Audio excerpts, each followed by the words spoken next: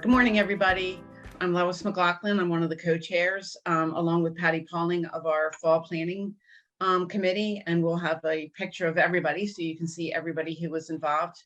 A little bit about who we are. We are the Greater Delaware Valley chapter of ANIA, and we're a collaborative group of nurses involved in various informatics roles spanning all types of settings who are committed to sharing best practices in education on the use of information technology in order to advance the role of the nurse in the field of informatics. Our mission is to support and enhance the role of the nurses involved in planning, implementation, and integration of information technology to improve healthcare. This is our planning committee. So we had a dynamic group this year. Our pictures are, I tried to put them in order. So on the top row, we have myself, Patty Pauling, Becca, and Darla. And then in our little staggered bottom row, we have Eileen, Heather, Ingrid, Carla, and Sue Fulginetti. So thank you, everybody. It's been all of us are really looking forward to today's conference. So a quick note about our disclosure statement to share. All planners and presenters at continuing nursing education activities are required to disclose to the audience any significant financial relationships with the manufacturers of any commercial products, goods, or services. Such disclosures are provided in the following table. So just to let everybody know, everybody did their disclosure statement, so we are up to date and current, and that's part of what we need to do is our presentation. All right, feel free to comment in the chat so that you can, and they're scrolling across my screen. It looks like we've got people from Texas and Pittsburgh as much as I can look at the bottom while I'm talking. Welcome, everybody. We have our first topic on the Safer Downtime panel discussion, and that's going to include our panelists, Patty Berkes, Jennifer Sheinberg, and Missy Belotti. Hello, everyone. I just wanted to reintroduce myself as Ingrid Hillman. I am going to be moderating this next panel presentation. Thank you, everybody, for coming together. Thank you, Lois, for that introduction. I have the pleasure of introducing our next panel, and I wanted to know if Missy, are you able to control the slides? I am, but I do just want to say thank you to the 75 people that have already participated in this.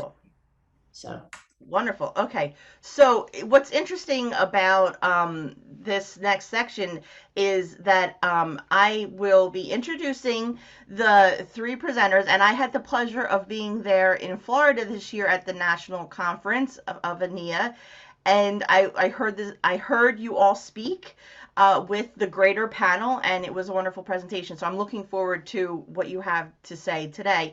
So to begin, I will introduce Missy Belotti. If you see here, she goes by Missy, and I've had also the pleasure of being on a different project with Missy currently.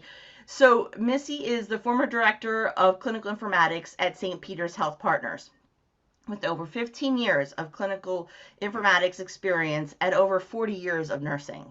Woohoo!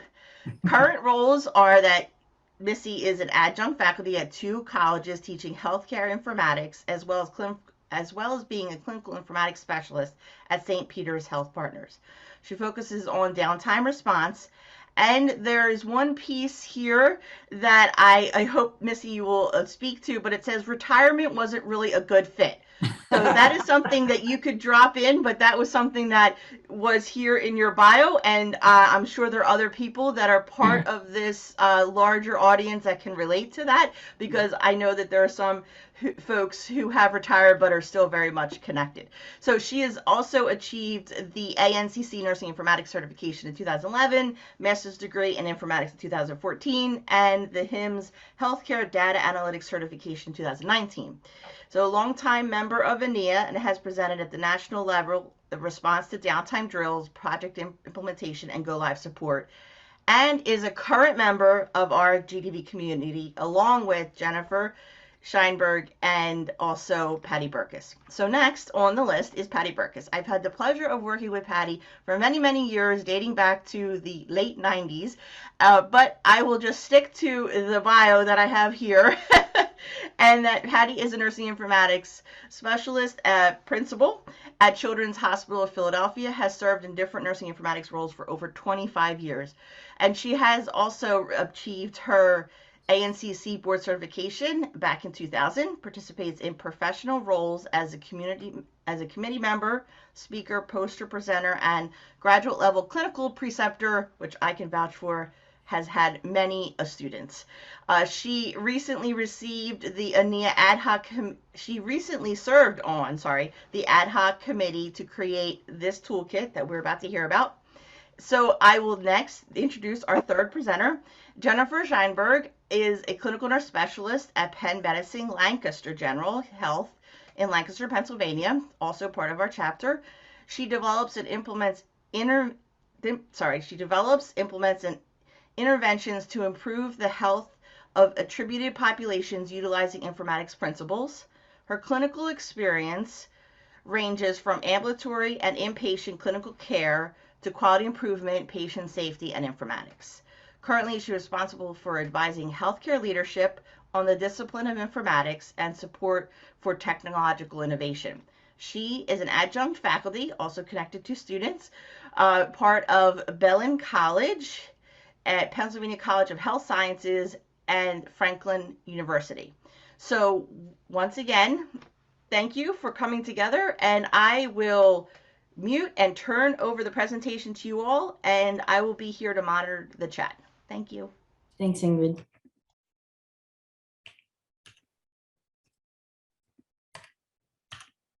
Okay. There we go.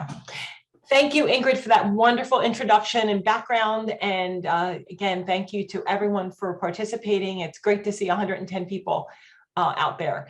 My name is Patty Berkes, and as we were just introduced, I want to give just a quick background on safer guides. So we'd start with that. I myself, when we started this whole journey, wasn't even sure what a safer guide was.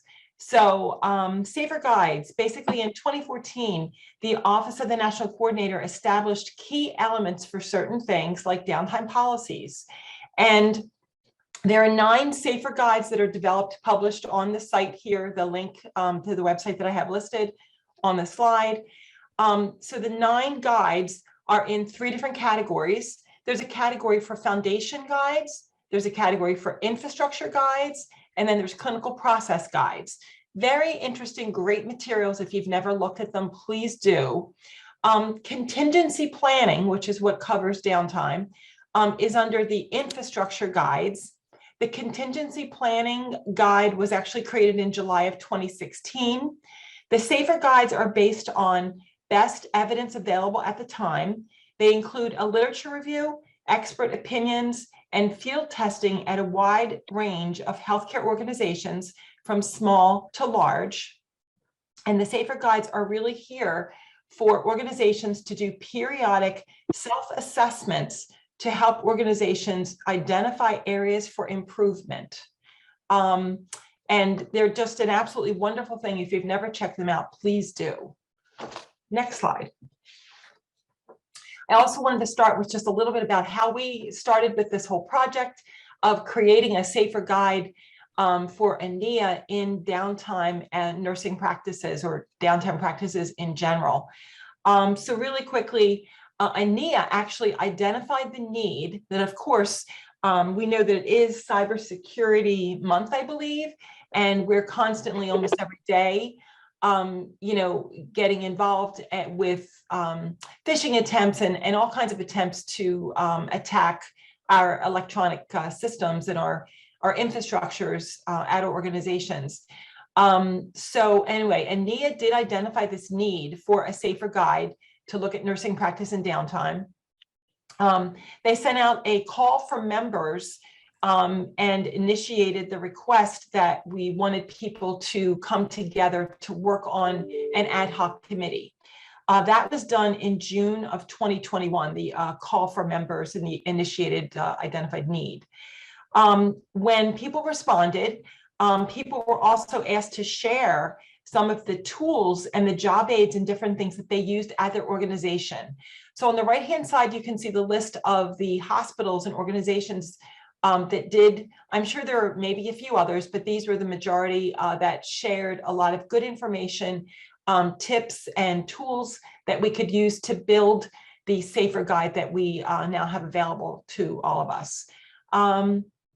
The ad hoc committee started actually in June of 21, and we met almost, I think, every week, I should say, but every week, and worked on different parts and identified what parts we wanted to have in the guide. And then finally came to present the guide, the final guide, at the ANIA annual convention, as we said, back in late April 27th, 28th this year in 22. And now that guide is available to everyone. So we're really happy about that. And with that, I'm going to pass my slides off to Missy. Missy, back to you. Thank you. So just laying some groundwork. We know that in our current state of healthcare delivery, our reliance on technology is incredibly high. So in the US today, 96% of all hospitals use an electronic health record, and almost 90% of office-based providers use an EHR. So here's the challenge, or the double-edged sword, as I like to call it, is that if we have a highly reliant system and there are very few system interruptions, then staff has very low response experience. So when the systems do fail, they are unprepared. They're not, they don't have a lot of experience with it, and so they sort of panic. The flip side of the coin is if you work in an organization that does not have a highly reliant system and there's many system interruptions, then you're good at responding to downtime. But what we know for a fact is that every system has potential for interruptions and failures, and that all interruptions to normal workflow, such as system failures, be they brief or extended, create risk. That motion from going from electronic to paper and paper to electronic, those gaps create risk for patient care. So the goal is that nurses need to be technology resilient.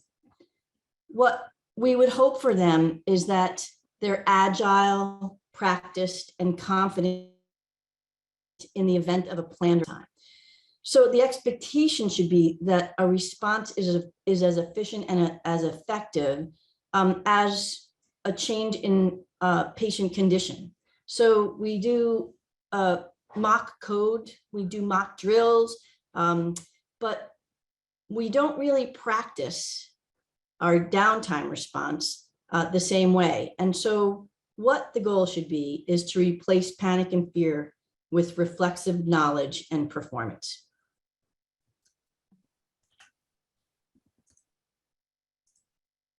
So just wanted to review some questions that we posed in survey form back in April at the national conference to show you the results. And then at the end of our presentation, we'll share with you the results of the survey that you just participated in. So the question, does your organization have downtime readiness champions? So the results, although the roles for downtime champions may vary a bit, what we see here is that only slightly more of the participants in that survey, and there were about 170, not everybody answered every question, but only a little more than half responded that there is such a role in their organization. The next one, does your organization have an downtime competency required of all staff?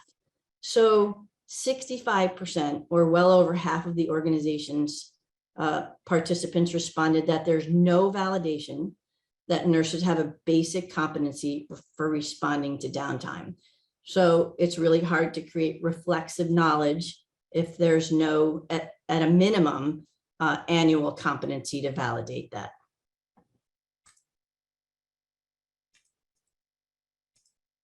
And then how often does your organization check the downtime computers for downtime reports and resources? So in the event of a total network failure, only 38%, if you total the two that answered yes weekly and monthly, so only about 38% validate on at least a monthly basis that the data on the downtime devices, which is the repository for all the clinical data for our patients, is accurate and up to date. And then the fourth one we just wanted to share is, how comfortable do you feel during an unplanned downtime? And remember that this question was asked of informatics specialists at an informatics conference. Over 1/3 of the informatics nurses at the conference did not feel comfortable or felt somewhat terrified during an unplanned downtime, which brings us to our presentation and how we ended up here today to speak to you.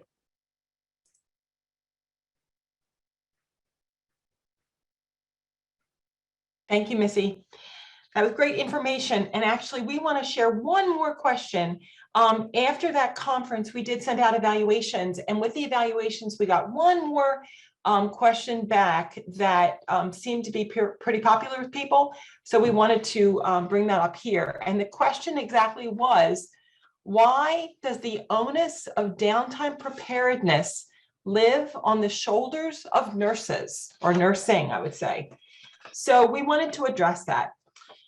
In an unplanned outage, the clinical leaders during an unplanned outage are generally nurses, because I would think that the technical leads, or at least at our hospital, at Children's Hospital, the technical leads engage the administrative clinical role who is on duty in the building, which generally is the nursing supervisor. So the clinical administration role, or nursing supervisor, or whatever term or name you have for that role, generally is the person that works with the charge nurses and the physician leads and key support people, leaders from departments like pharmacy, radiology, and the lab, to monitor operations and provide feedback to IS leaders or to technical leaders on the situation at hand. For planned events, organizations need to have infrastructures in place to address downtime preparedness. Disaster planning is an essential component of an organization's emergency preparedness program. At Children's Hospital, we have a business continuity team who works in the IS department who supports planning for downtime preparedness. The business continuity team works with emergency preparedness, clinical support departments, and other groups at the organization, such as we have a hospital-wide downtime committee. Our hospital-wide downtime committee actually has 3 co-chairs. There's a co-chair who's a physician, there's a co-chair who's a nurse manager, and the third co-chair is actually the IS manager of business continuity. Those 3 leaders, together with the members who consist of clinical and technical groups or departments who support patient care, all work together very hard to establish guidelines and things for our downtimes. We also have a nursing informatics committee, and that group also has a representative from each inpatient unit. And again, these members support downtime and all other technology solutions at the bedside. Nurses, oh, sorry, back one. Nurses being the consistent person at the bedside. Again, nurses know what is ordered for patients. They can anticipate their needs during a downtime. Nursing communicates and collaborates with ordering providers and other care team members to meet the needs of the patient. And that's 24/7. How and when. So again, as far as a response framework, developing policies, procedures, job aids, having downtime education, these things, in addition to working with nursing and clinical support departments, all departments can create response frameworks to address the needs of their department as well as the organization. So bottom line, downtime preparedness is not just about nursing. We may start the lead because we're at the bedside, but it does require a multidisciplinary response framework. Jen, over to you. Okay. So we implemented an informatics council as part of our shared governance several years ago. Each patient care unit identified one nurse representative to sit on this council, and part of that council's role was to champion downtime initiatives. Their role was to ensure all staff were familiar with downtime forms, know where the downtime box or downtime file cabinet was located, make sure that the downtime forms were up to date and the staff knew how to use them and how to use the downtime computer. They also helped in assisting during our downtime drills on the unit as well. Our training was completed through the Informatics Council. We met on a monthly basis and used a train the trainer approach. We trained the champions on how to use downtime computer, what the reports were and why they were helpful during a downtime, and then brought the downtime forms in and actually had them fill them out during our council meetings. And this helped to familiarize them with the forms so that they could address any questions on the units. We would also give them homework, if you will. So each month we would have them, we would assign a task. So have your staff log into the downtime computer, print off a report, and then bring a sign-in sheet back to the next meeting. This helped us keep track moving forward and also shifted that accountability to the downtime champions for each of those units. Communication, oops, sorry. Back one. Communication during a downtime. That really depends on what system or systems is down. Our internal incident command center activates as soon as we know that there's a system or systems affected. Incident command will then decide if we're going to go to downtime procedures. Incident command will send an email broadcast to everyone stating that we're in a downtime, what systems are affected, the expected length of downtime if that's known, and the approximate time to recovery. And this email is generated at the top of every hour until the issue is resolved.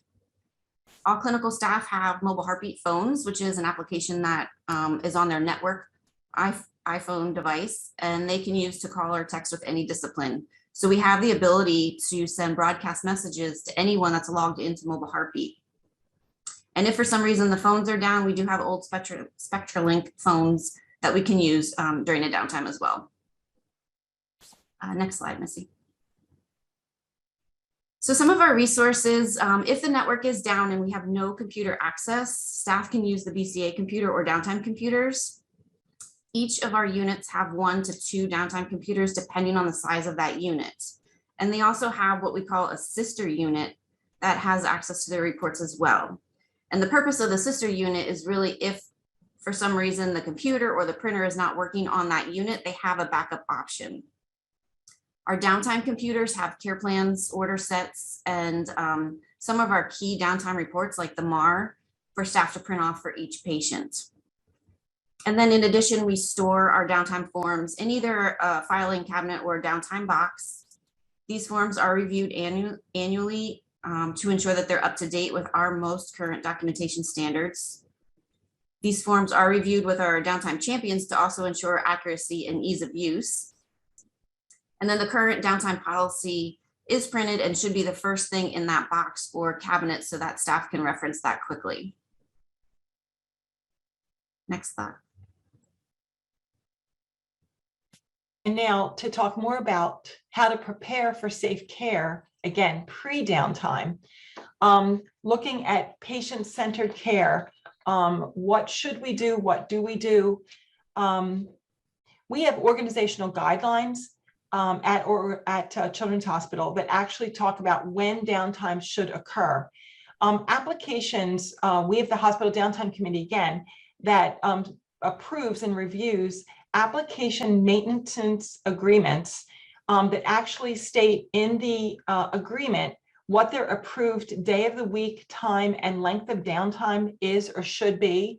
So if we anticipate, if we know a certain application is going to go down, you know, we know that the day and the time, they're basically approved. There's not a decision to make, oh, should we do it Thursday night? Should we do it Saturday night? What should we do? We actually try to get some of those decisions and things out of the way when the new application transitions to operations by having guidelines around those applications and their downtimes. So again, I guess I'm talking about planning. And again, these are planned events. For device integration, we actually start our downtimes, all of our downtimes with our EHR, 15 minutes past the hour. Because again, if we want to capture vital signs on the hour, which a lot of times we do, we have decided that it's a better guideline and better start to start at 15 minutes past the hour.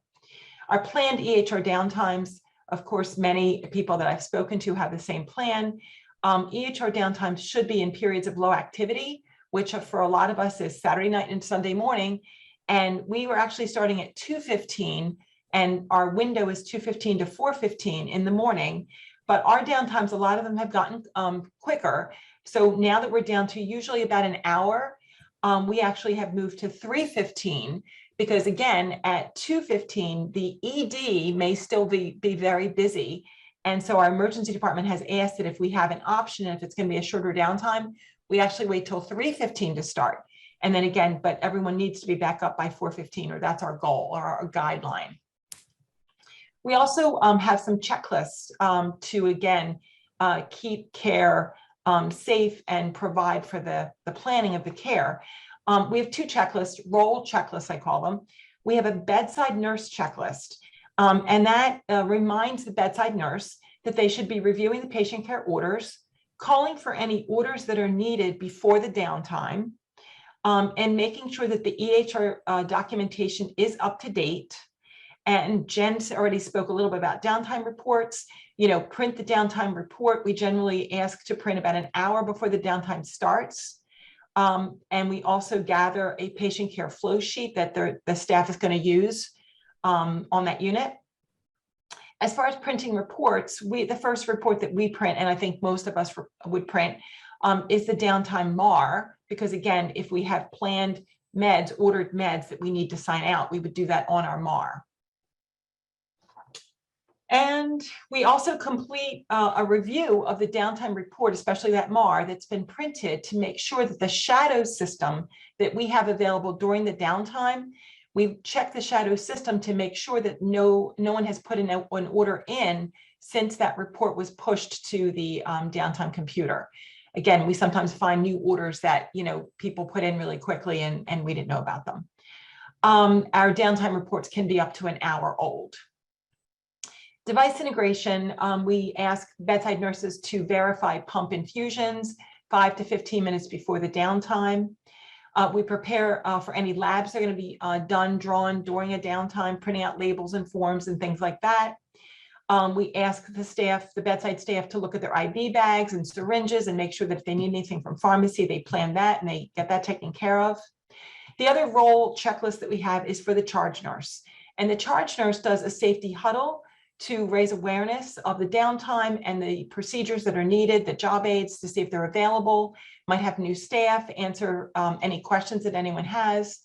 And most importantly, check the accuracy of the unit census and print a copy, a paper copy of a census.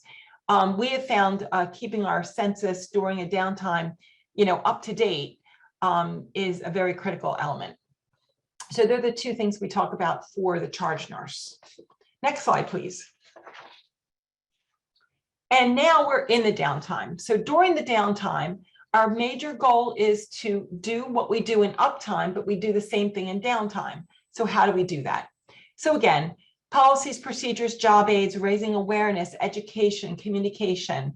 As I said, our nursing informatics committee members generally on their unit will prepare their unit by posting things, talking to staff, maybe even emailing staff they're going to be on that weekend or that night, that overnight. Things are available to print if needed, but of course we try not to, it just depends. And then Jen already talked a lot about paper forms and documentation. Again, we have a lot of job aids like Jen referred to that we would use. Even like for a new medication order, we do have to pull out that paper medication administration record. And most of our nurses, or a lot of our newer nurses who've never seen a paper medication administration record, it's a challenge to even understand how to fill that out and to sign off on your meds. So again, our job aid is very detailed on how to, transcribe an order, where the RN signs, where you would put your initials next to your signature, documenting fluids, IV fluids, the uptimes, the downtimes, and all the things that we used to document in paper years ago. So again, job aids and preparation for that. As far as patient care flow sheets, I did mention we have two standard flow sheets.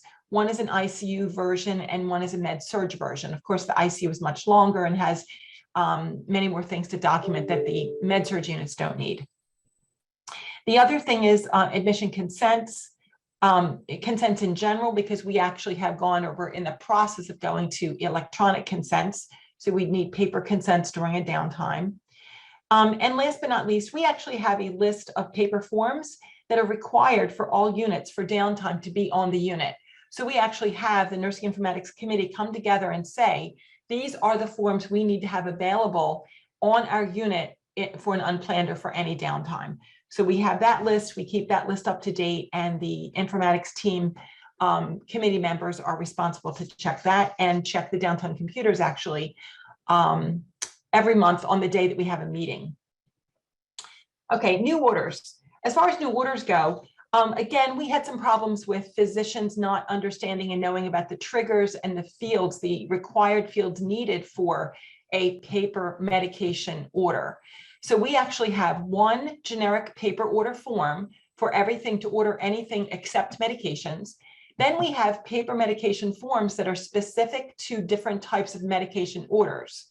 So we have a general med order form, we have a CMI med order form, IV fluids, and we also have a pain management ordering form. And they have different triggers. We do require weight, allergies to be documented at the top of these paper forms. And the medication order forms also have 3 lines, required signature lines after the order. So of course, the first is the provider who placed the order. The second is the RN who acknowledged the order. And the third line is the signature of the staff member who faxed that paper order to pharmacy. So that's a little bit of something about our new orders. And then for communications, Jen also went into some of this. Again, Jen and Lancaster General uses mobile heartbeat. We know that there's many different applications out there. So basically the questions during a downtime, as Jen started talking about also, is how do we communicate to staff in other departments? Do we fax them sheets for request for new syringes and new bags? Like for pharmacy, Children's Hospital, we actually do have a fax sheet that we can fax to the pharmacy for those requests. Generally, we like to do it before the downtime starts, but again, if there's a need during a downtime. As far as communication in general, secure texting, again, depending on what application you're using, is that available? If it's not, what do staff do if they can't secure text the physician? Applications, again, for calling, lots of people use different applications. So if that application is down, what do we do? Again, downtime phones. If you have downtime phones, then again, the big question, and one of the things we're dealing with right now, we're reviewing, I should say, is who needs the downtime phone? So you can't give a downtime phone. If all of our staff use mobile shared phones and applications to actually document meds and vital signs and things like that, you can't hand every single staff member who's working during a downtime phone. So who are the downtime phones being distributed to? In the olden days, for us, it used to just be the charge nurse and one of the physicians, the physician on that unit who was the on-call physician. But now we have many more roles, many more physicians and many more people and leaders. And we are, as I said, really reviewing who gets downtime phones right now. Another big question would be group communications. Again, we're using an application to send group communications for emergencies, trauma alerts, things like that. So if those things are down, our code blues and all those emergencies called as overhead announcements in the hallways of every floor. And is that the way we actually get to the code team to ask them to come to a code during a downtime? Lab results, stat and critical labs, are they called back from the lab to the staff nurse or to the unit? We have a designated period of 4 hours. After 4 hours, if the lab is down and cannot electronically communicate lab results, they start printing temporary reports and tube them to the units after 4 hours. Again, how do we communicate to pharmacy? And last but not least, the patient management group in your organization. Again, how do we make sure that we know that we have an accurate hospital census based on whoever's coded, whoever's admitted, discharged, and moved around? In case of a fire, we need to have that list, that census list, to hand to the fire captain to say, these are the patients we need to save. So we need that actual very up-to-date hospital census. On that, that would be communications. And I would say, Jen, I think it's Jen. Yes, Jen, over to you. So the recovery phase of a downtime is critical to the organization. Each organization should clearly define what to back enter versus what just to scan in the chart into their policy. Our policy was modeled similar to an EMR cutover. So we scan everything back into the chart. Pharmacy will recover active meds only. Providers will re-enter or do reconciliation for just active orders at the time of recovery. And the rest is scanned into the chart. We have the nurses back enter very few things such as weight or allergies, and we don't define the requirements based on time. Some of my colleagues on the phone here with me presenting shared their organizations will have different processes depending on if they're down for an hour or 10 hours. Again, we decided to treat it like a cutover plan and didn't specify a range, but that's really up to your organizational policy. And then how do we know that a downtime occurred? There are a few ways organizations can document this. My colleagues presenting with me have some creative ways to note this in the EMR. Patty, please jump in if I misspoke or misspeak about any of your items here, but some organizations use a downtime reconciliation complete order. That helps to alert staff that recovery is complete, and you can now use the EMR to start entering orders.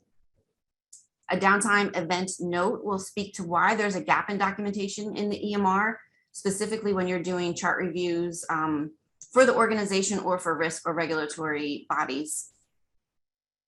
And last, a BPA, best practice advisory, stating that reconciliation is turned on.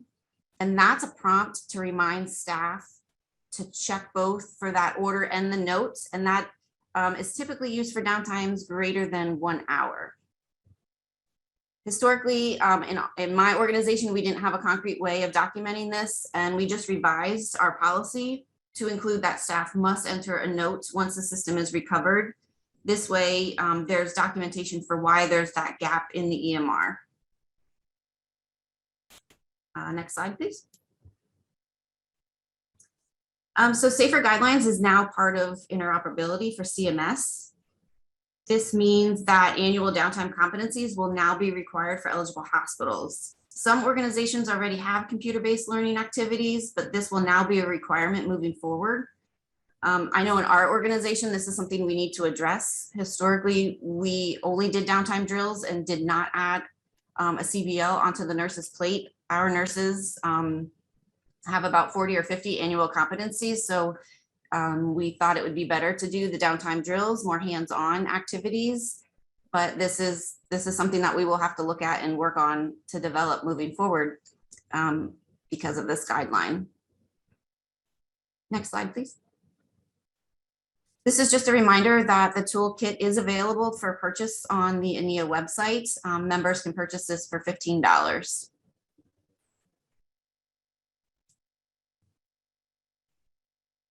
Okay, at this point, I want to thank Missy and Jen for great presentations. We want to actually move to questions and answers, but before we do that, Missy, we want to know about the results of our survey from today's participants. All right, Missy, over to you. I'm going to hop back up to our earlier slides just so that you can see. Oh, sorry. Fran, I'm trying to go to the beginning of our presentation, but my buttons are now not working. Let's see. Let me take over. All right, if we could just go back to the 2 slides with the results, I can share what the respondents. With the results, which slide was that? Try slide 7. Yeah, within our 7 and 8. Sorry, I think I was going the wrong way. Yeah, you were. My apologies. Oh, Whoops, I went too far. yeah. Oh, yep, right there. Okay, so We had a total of 79 respondents, so thank you so much. So does your organization have a downtime readiness champion? For this group, 67% said yes, or 53 people, and 37% said no. So percentage-wise, you're actually doing a little better than at the national conference. Does your organization have annual downtime competency?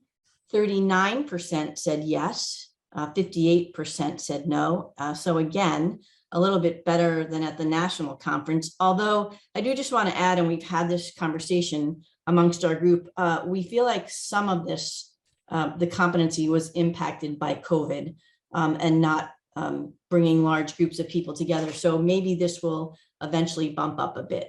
If you could go to the next slide, please, Fran. I gave you control, but I can do okay. that. No That's all right. problem. Thank you. Then in your group, how often does your organization check the downtime computers? Again, over 49% check their downtime computers at least monthly, as compared to 38% total on at the national level. And then from a comfort perspective, during an unplanned downtime, 29% or 22 of you did not feel comfortable at all. And 4% or 3 of you were terrified. So hopefully today's presentation may have minimized that level of terror going forward. Okay, back to questions. Okay. All right, really great information from this presentation. We have a lot of good questions too. The first one is from Scott, and I believe it came in when Jen was talking, and he's wondering, how was funding and time allocated for the downtime champions when staffing is so tight? So it's part of our shared governance structure. So they have 4 hours protected that we would pull them off the unit a month for the downtime meeting, or I'm sorry, the clinical informatics council meeting, and then any downtime work or any homework that we would give them. So that was our organizational decision to protect that time for them, because we valued their input and what they brought to the table for our council. I will say, during the height of COVID, we did suspend our council meetings because of staffing and needing that, direct patient care. That was our priority, but we have restarted those the beginning of this year. Thank you. This question is from Kelsey, and I believe it's for everyone on the panel. They are wondering, how many informatics nurses do you have versus how many hospitals and departments you're covering with your informatics nurses?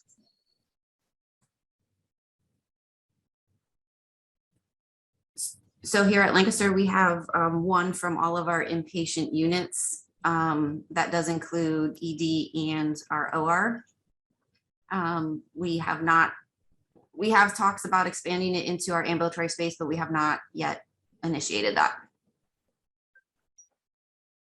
So I'll go next. So we have actually 10 members, 10 full-time staff members in informatics, but let me clarify. We actually report to the IS department. We are split into different teams. So we do have an ambulatory informatics team, inpatient informatics team, and also an ancillary or support. I don't know what other category we would want to use, but the informaticists there support the cardiac electronic systems and imaging, radiology, and some of the, the support applications is what I was trying to say. So we actually have people split into 3 categories, but we also are not nursing informatics. We are clinical informaticists. So we are supporting and working with all the disciplines, not just nursing. Missy? And at St. Peter's, we're similar to Patty. And we also do the training. So there's a subset in informatics of a training team. Once we went live with Epic, it's interesting. The team was merged from the ambulatory setting, which had been separate, with acute. And a lot of the assignments for the informatics nurses, they are predominantly nurses, falls under service lines and is correlated with the Epic modules.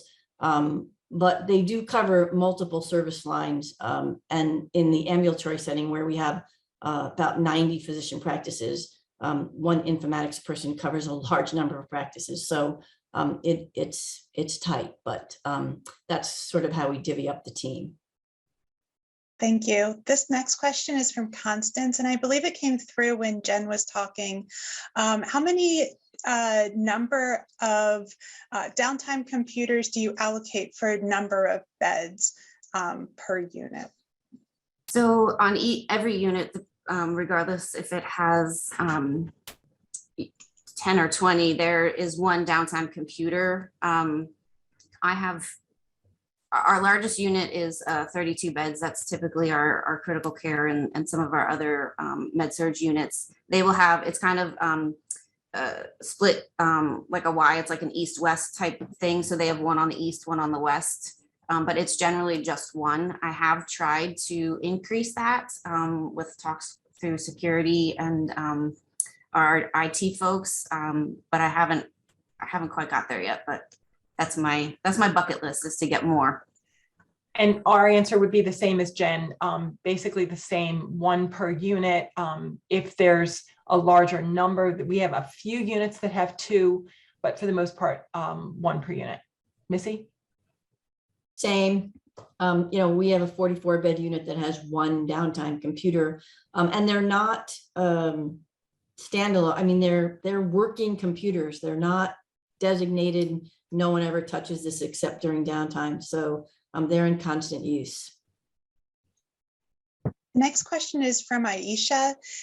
They are wondering who generates communication emails to send out to end users. Is it IT or nursing informatics at your entities? At Lancaster, it's IT. Go ahead, Missy. I was going to say, what we implemented, and this was a long time ago, was an application called SnapCom. And it is because busy staff is not in their email. This is an application that literally has a pop-up screen. It's color coded. Red means the system is down. Yellow means that there's an issue, and green is usually about a planned downtime or when the system has come back up. But the informatics team has control over that because we keep it brief. We know it interrupts workflow. And people are very quick to click it off. So we keep it to a minimum of words. Oftentimes, if there is a complete outage, we'll put a link to the downtime policy or the downtime forms. And it is a highly used application. Yeah, I was gonna say, we do a lot of the same things that Missy talked about. We don't have we have SnapComs, but we don't use them right now on all the units. But we also have a main page banner posting on our internal, like intranet main page. That's generally a good place for everyone, that everyone goes to. The other thing is group text messages.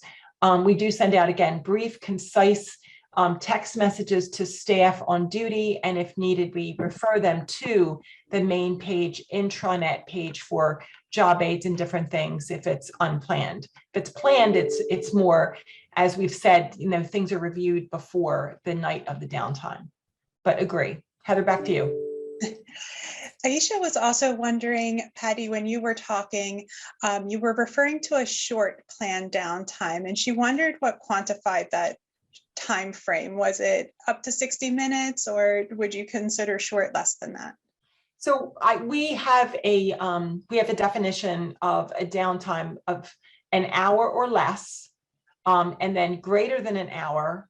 Basically, that's like an extended full downtime, but like an hour or less than an hour would be our considered, I think they're called brief downtimes. And again, when Jen said, for a brief under an hour, we try to put all information back into the system and do not scan anything. But over an hour is where we may scan things in and only put in things that are out of trend, like a vital sign out of trend for that patient or something like that. But again, we have lots of guidelines about that. Thank Heather, you. Sarah was wondering if you could explain what you mean by a shadow system. So again, I apologize. So the EHR that we use can be down, but we have a copy basically of the whole system, and it is frozen at the moment that the system went down. So our staff can actually go into a shadow system, quote unquote, and see everything about that patient, orders, documentation, everything up to the point of where we just went down. So that system is, the shadow system is frozen at the time that the downtime starts, but it provides all the information around that patient's care needs and documentation. Thank you, Patty. Another attendee was wanting some explanation on how to go about organizing a downtime drill. Any advice? Jen or Missy? Sure. Again, this was pre-COVID, and this was part of a research that we did. We went out and recruited downtime champions. We actually called them downtime drill masters at the time. And it was one from each unit. We created a very focused list of tasks or actions that we wanted the staff to be able to respond to in the event of a network or system outage. And once a month, or actually, I'm sorry, quarterly, these downtime drill masters would pull a nurse over and say, all right, the system is completely down. Obviously, you can't go to a unit and shut a system down, but these drill masters would create these scenarios and go through the checklist and see how the nurse responded. And it was either independent, coached, or needed complete assistance. And it was incredibly effective. Informatics would do some of the units as we could. And by the fourth quarter, as we would be walking towards the nurses with the checklist in our hand, they would say, all right, the downtime computer's over there. This is how I sign on. This is where our downtime forms are. So it became reflexive. And the data that we collected, because we put all this into a database, showed that not only did their skills improve, but their perception of their ability to respond also increased. So it was a very successful research project, but as you can imagine, the sustainability for that became very difficult during COVID. So That's and really I'm happy to share that with anyone who would like that form or that tool. That's great information. A little bit of a follow-up question on that one. Does your downtime preparedness plan also encompass ambulatory and home health care spaces? And that one is from Julie. I'm going to say absolutely. Our ambulatory sites frequently go down often for loss of network, loss of power, loss of different things.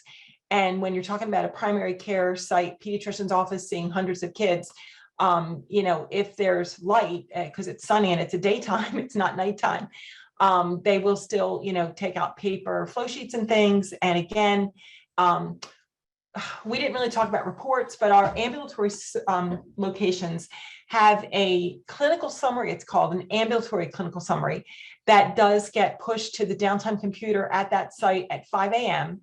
So if the site is up at 5 a.m., they have a downtime report that is on their downtime computer that they can print, and they know the basics about the patient, medications, allergies, problem lists, things like that.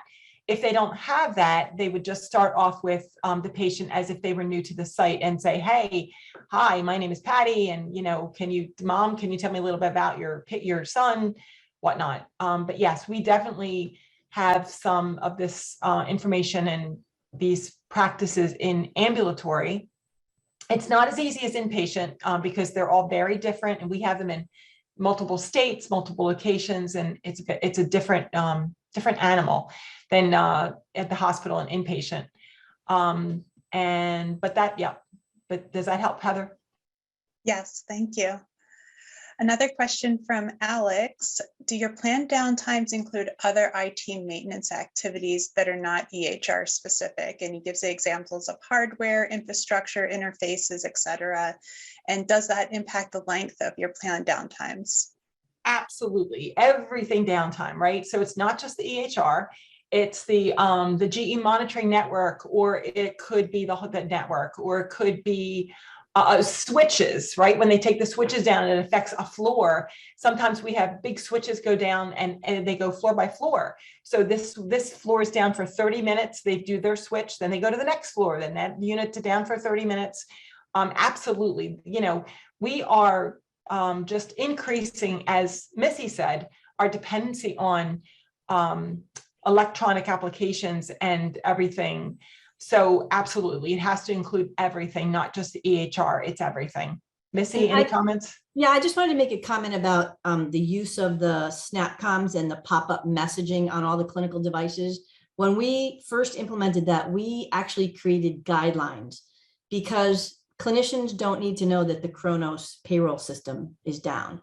And so we really had to sort of stick to our guns that it had to be a clinical, there had to be clinical impact in order for us to, again, take up the screen where people were working, trying to do critical thinking, to interrupt that with a message. So I will say that is pretty strictly adhered to, that there's a shoe sale in the conference room or that type of thing does not warrant a SnapComm message. So it has to be relevant to patient care. And just like Missy said, definitely those two questions, who's impacted and what is impacted, right? They're the two questions that give us a mini risk assessment to any downtime that we're involved in. So absolutely, it may be something that doesn't affect us per se, but leadership should still know about it. We have a posting on the service desk at CHOP site or SharePoint site that still lists that, something might be down. But of course, when staff come in, they can still clock in on the time clock because the hours that stay in that clock. But there is still information about, like for leadership, at least to know that there's something wrong or something down in case it affects something else, the usual. Jen, anything else Miss you wanted to say? No, we have similar process. It's just we use mobile heartbeat for those broadcast messages, like Missy said, and it's targeted. Thank you all so much for answering questions. We have a lot more questions, but we are at time. So, this is definitely a relevant topic that everyone has a lot of questions about, and you all have answered so many of them. Thank you. And Heather, if you get those to us, we can try to individually, if we have the names, we can try to individually respond or maybe post something on, yes, maybe post some answers on our discussion board. Yes. Yes. Wonderful. Okay. We'll do that, right? Right, Ingrid? We'll do the discussion board. Okay. Thanks, everyone. Thank you. Our contact information and the references are the next two slides. So they're definitely included in the information for everyone. Thank you all. And I'll also share your survey results so that can get posted on the discussion board as well. Yes. Okay. And before you go, the three panelists, double check, because you might be able to also see these questions in the Q&A, once you switch your screen view around. So you might be able to see how we have already answered some. And thank you, Heather. You did an awesome job. Woo-hoo. So we'll move on to our next presentation. Thank you. This is Lois. And again, want to thank Patty, Missy, and Jen for your presentation. A lot of great information. And it's going to be my pleasure to introduce our next panel discussion related to the topic of optimization requests and ticket management. We have two ladies presenting this topic today. The first one is Tina. Tina Malec is a Senior Clinical Director of Operations at WellSpan Health in Central PA. Her experience includes leading WellSpan's ambulatory informatics team through multiple electronic medical record go-lives within the WellSpan Health System. Sorry about that, Tina. Tina's a U.S. Army veteran and received her Master of Science degree in nursing education from Liberty University in 2013, and she's currently enrolled at Eastern University, looking forward to obtain her Master's of Business Administration in Organizational Management. She's a certified professional in healthcare information management systems through CPHIMS, and also certified by the ANCC in both nursing informatics and an advanced nurse executive. Joining Tina today is Julie Deel, who's a clinical manager of operations for WellSpan Health Medical Group in Central PA. Note the two ladies work together. Her experience includes nursing informatics, both assisting and supporting multiple electronic EMRs for both Cerner and Epic applications. Julie obtained her MSN degree with a focus in legal nurse consulting and nursing education from Wilmington University College in 2005, and her undergraduate BSN from York College in Pennsylvania in 1995. She is also a certified professional in the ANCC in nursing informatics, earning that in 2012. And she's got an extensive clinical background in the past 17 years. I am going to turn it over to them for our topic on optimization requests and ticket management. Thank you, ladies. Thank you so much, Lois. And I want to make sure I can have access here. Are you sharing the presentation with me or the control? Mhm. Yes, you should have it. Okay. There we go. All right, so good morning, everybody. My name is Julie Deel, as Lois mentioned. I'm here with my colleague, Tina Malec. We are here from WellSpan Health, and we are going to share our journey regarding optimization request following 3 very large-scale go-lives and up to our current day improvement measures. And I do want to just say a quick note. I think Jen, Patty, and Missy did an excellent job. The work that you're doing today is extremely relevant, and I just applaud you for the great work that you're doing in the presentation that you did this morning. And so thank you for sharing. So our agenda today, including our disclosures, we're going to talk a little bit about our historical organization and our journey up to the current improvement measures that Tina's going to talk about, and then we'll handle questions. Again, our disclosures, we had presented that earlier. We have no financial relationship or relevant disclosures to share. I will note that Tina and I are both in different roles right now, but during the work and the go-lives and the establishment of the ticket standardization workflow, we were both part of the clinical informatics team under Project One.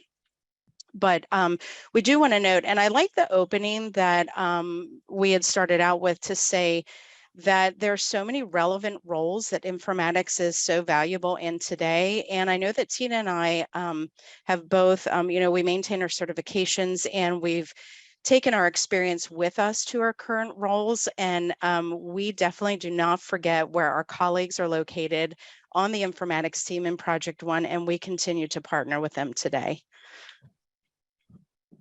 Our objectives today are to identify operational standards and guiding principles that drove decisions on our optimization requests, share process for management of end user requests with an algorithm, and describe strategies utilized to improve efficiencies in the prioritization of our service tickets and our optimization requests. Excuse me. So we just want to share our journey and our background a little bit here. WellSpan Health, we are 20,000 employees strong, spanning across 7 counties of South Central Pennsylvania and Northern Maryland, and we continue to grow. We offer 7 acute care health facilities and 1 standalone surgery rehab hospital, as well as a few other inpatient rehabilitation units, a psychiatric care hospital, and 5 outpatient surgery centers. Our ambulatory care space offers over 670 revenue generating departments, and prior to our go live was approximately a little bit less than 200. We maintain approximately 99 Epic built managed service organizations, and that means that we have independent offices in the community that have access and use on a daily basis our Epic instance, and then over 300 Epic Care Link community relationships that have access to the WellSpan Health instance of Epic. They may have access to others as well. These relationships include independent offices, nursing homes, and several other types of relationships. So a little bit of history about our journey. Originally, we had Gettysburg, Adams County, and York County as original locations. We had Allscripts for ambulatory space and Cerner and inpatient space, and then a bunch of ancillary applications that we tried to, pull together to work into creating kind of a pseudo one record. The organization made a decision probably between 2013 and 15 to migrate to build one health record, one primary health record, and that decision was on Epic. And over the time of our go lives, we decommissioned 38 other application systems. So what did this exactly mean for WellSpan? This was a huge undertaking. And so this was an opportunity to have a clean slate and just developing a brand new team, brand new concepts, structures, and leadership. And one of those was establishing a team which was called Project One. And the concept that we maintain across the organization is working as one. We establish governance, leadership within the project, but also establish that across our regions and our clinical and operational teams, develop scopes, timelines, overall project plans, key performance indicators, and of course, we had to establish a budget and staffing to support this type of breadth of work. So ready, set, go, go, go. This is an overview of our implementation from starting with hiring of employees to Project One, leading into training and all of the multiple phases that led up to our go lives. We had 3 go lives, but initially we only had 2 scheduled, and that was our Eastern region in May 5th, 2016, followed by our Western region on October 20th. East included Lebanon and Ephrata, which we'll also note were new acquisitions and partnerships with WellSpan. And so we were not only rolling out and building and establishing, getting ready for this one record with Epic, but we were also onboarding two new regions to our health system. After that, we did have a little bit of a time period in between, but then we partnered and acquired Summit Health, and their go live followed quickly October 23rd, 2019, establishing our current regional map of East, Central, and West regions. So this slide here just kind of depicts the overall breadth and depth of the scope of our Epic implementation, and this was an enormous undertaking. You can see here that we pulled in applications from ambulatory, inpatient, our ancillary teams, including also our access revenue and analytics, our analytics teams. Another note I wanted to make on this slide is we are not just pulling in and building all of these applications together, but the key point here was really establishing a connectedness between the care spaces. So we had ambulatory and we had inpatient and home health, and nobody was really kind of connecting, and we needed a way to support the continuity of care for the patient, now leveraging one health record, but also in parallel working on establishing standard processes and workflows. So this is just a little bit of a fun slide that depicts some really lovely and broad characteristics of the folks that we looked for in pulling into Project One and our champions for clinical and operational leadership. And obviously, we could not pull off, 3 major go lives in a brand new health record without our reliable qualities of our leadership team. So some of the concepts that we brought into Project One in building this electronic health record is our operational standards and guiding principles. And this is an important point because these standards and principles are, this thread is pulled through all the way to today and the improvement that Tina is going to present. Operational standards really spoke to our clinical and operational leadership teams. So Subject matter experts were identified, director leaderships across each region, Lancaster, Ephrata, and York at the initial inception of the go live were pulled in, and we established teams called power teams, and they were charged with representing their specialty, their regions, and how clinically folks work today. The guidance here was to focus on timely decision making. We're going to take a foundational structure unless we really needed to build something specific. Realizing some stewardship gains, realizing the benefits of a one electronic health record and standardized processes. And then most importantly, they were also charged with effective communication with rolling down our progress to their teams out in the end user world. Our guiding principles really was focused on the actual physical build and progress of building Epic within Project One. And so obviously we wanted to focus on quality and improve safety, one patient, one record.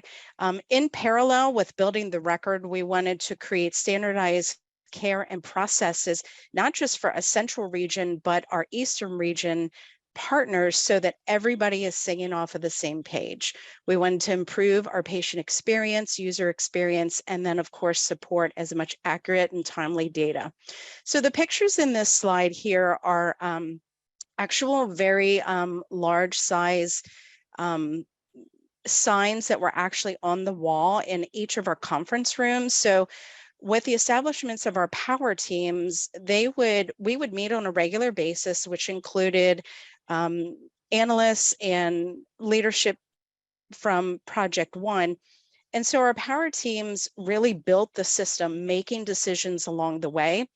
And if in these teams, we would kind of like veer off the path or kind of get away from what we were really trying to make a decision on, any person at any time could raise their hand and say, you know, we want to, at this particular conversation, can we draw the conversation back to our improved patient experience or you know, a topic of safety. And so these were really our guides starting in 2015-16, and they're alive today.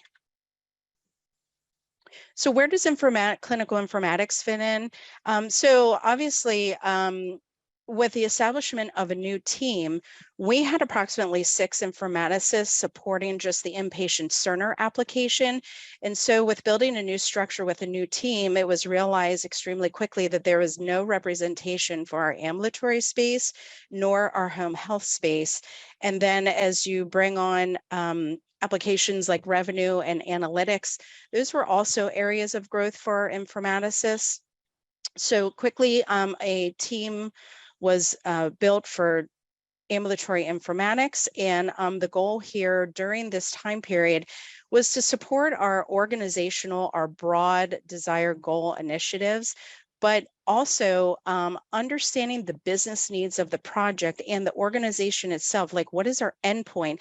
And I feel like this was a learning curve for a lot of the informaticists, understanding revenue cycles and how when we build the system, we can infuse the safety standards, pulling in the regulations and understanding the revenue gains during this time period. So informatics, we leverage a lot of models. We supported folks in the system development lifecycle, agile or sprint type decision-making meetings. We leaned on our clinical nursing models as well as lean principles and continuous evaluation of plan, do, study, act. And in the end, really, our informaticists, we really were the folks who were the consultants, the translators and facilitators between our application teams, our leadership, and all of our end users in the world. And so really we are charged with leading, educating, translating, facilitating, and really just being the people out there facilitating and being change agents. So this is just a quick snapshot of the growth and the breadth of the project. You can see in 2015, we had an initial structure and some initial applications analysts, and starting with 2 ambulatory focused clinical informaticists. And the growth here over the 7 years is, we still had an umbrella of an ambulatory team, and that kind of shaped and molded as well, helping to support primary care, 69 specialties, home health, and focusing on Healthy Planet and our registries. The clinical informatics team, you can see here as well, had growth. And so at this point in time, we have 4 on the team, including a manager, and supporting 3 regions and a growth of 18 applications. So all that history and, the description of our guiding principles and the growth and our acquisitions and the breadth of our go lives really is leading up to how do we manage our tickets, not only, go live tickets, but it really leads into Tina's discussion today about managing ongoing optimization tickets. This is a snapshot of our workflow during the go live command center. Where did tickets come from? If the calls or the tickets came in, if they weren't related to Epic, they were rerouted to the correct place. If it was related to Epic, it was routed to the command center hub, reviewed and forwarded to the most appropriate team. And then our shift leads and our application team leads, establish which team member would be worthwhile to, assign that ticket to. And then 2, because we're coming together as one and bridging the clinical care spaces, these tickets didn't just land in one application. If we had to work on a clinical workflow, a lot of times it overlapped into a surgical, application and care space. And it literally was always tied to our revenue and our reporting teams. So tickets would come in through daily huddles, service desk calls, and during the go live, we established super users out in the world that were one-to-one in the care spaces, ambulatory, home health, and inpatient. And they had a concept called tool belt tickets, where they had their pads and pencils and just gathered the details so they could submit the tickets at a later time. And then we would also have tickets that might come down from senior leadership teams, something that they felt was important and critical, high escalation. And a good example of that is when clinical workflows started with our go lives, our revenue team was really monitoring the system at the same time. So if they weren't seeing revenue generated and charges dropping, we knew that there was, like a larger problem back in our clinical workflows. So this is a snapshot during our go live. So how do we support all of the issues and the tickets that were coming in during our go lives? This is kind of a day in the life of our communication structure. So we had 2 super user huddles per day. And in the morning, issues were discussed, educational questions or workflow questions were raised. It could come from night shift or maybe the day prior. We also had daily huddles with our clinical, operational, and Project One leadership teams. All issues were then reported out into a command center hub. And during that time frame from 11 until 3:30, the goal here was really to either send out super users, physician support team to answer educational or workflow questions. People needed help. On the application side, we would try to build as quickly as possible. And then other times, these issues spanned over the time period of days, weeks, and months past the go live time. At the end of the day, we would again join a super user huddle, and this is where the effective communication, would trickle down and get back to our super users and our end users in the world. And so the super users were really charged with, making sure that issues were relayed, if there were fixes, if there were educational adjustments, new tip sheets, making sure that was disseminated out to our end users.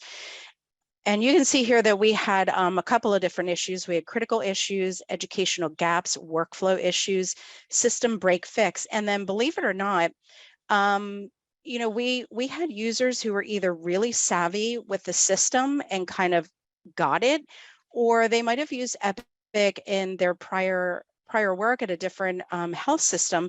And so even though we were focusing on go live issues and more break fix, there were optimization tickets already flowing into the queues because people understood it well enough, and so they wanted to get those requests in. So this is a snapshot of our ticket triage and how we prioritize tickets during our go lives, and we do maintain this structure today. The critical and the high was really more focused around our go live, and they were almost always swarmed, which were quick meetings, pulling in the right leadership, our right subject matter experts, identifying the facts, and trying to get to the root of the problem. And these were usually issues by system or workflow or educational gaps that were, fixed very quickly, or it was just new to everybody, and we could say yes, it's now working as designed, and so that was going to be an educational and a communication point. Our medium impact or maintenance impact was more maybe around low risk or workflow. And maintenance might include, we need to update an order set, we need to add medications into the system. And then you can see lower risk is our optimization bucket, which Tina's going to expand on in just a few minutes. And again, tickets would come in, and so we would pull those tickets off and we would kind of put them in a bucket, a holding tank. And we even asked the users to say, this is a brand new system. We have new users, new acquisitions, and guess what? We have go live coming up in October. And so we're going to ask you to use the system for several months and just kind of hang on to those optimization requests, because they either might not be relevant several months from now, or we're just going to gather more information as we continue to go live as we move forward. So this is a snapshot of our first original 2 go lives, and you can see our active users in Epic at the time. East, remember, is our Lebanon and Ephrata. That was our first go live on May 5th, 2016. And our West, which is now our central region, which is York and Adams County, had about 3,800 more users than our East. The point here is really to just say that we had more users in the second go live, but you can see here on both go live day and our first 7 days of tickets, the tickets weren't really increased. We didn't have hundreds and thousands of more tickets from our first go live to our second go live. And so it was a good time to apply lessons learned and, be ready for the next go live. And I think that shows us. And informatics and our trainers and support staff were really instrumental in that preparedness. This is just a quick snapshot of how many super users we leverage for each go live and the breadth of our curriculums and our training classes.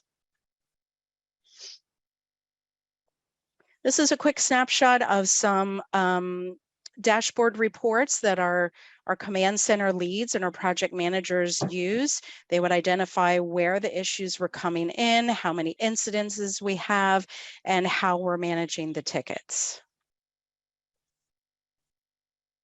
This quickly shows, and again, this was ambulatory focus after our first 2 go lives, May and October, just kind of showing what our top issues were and our resolutions.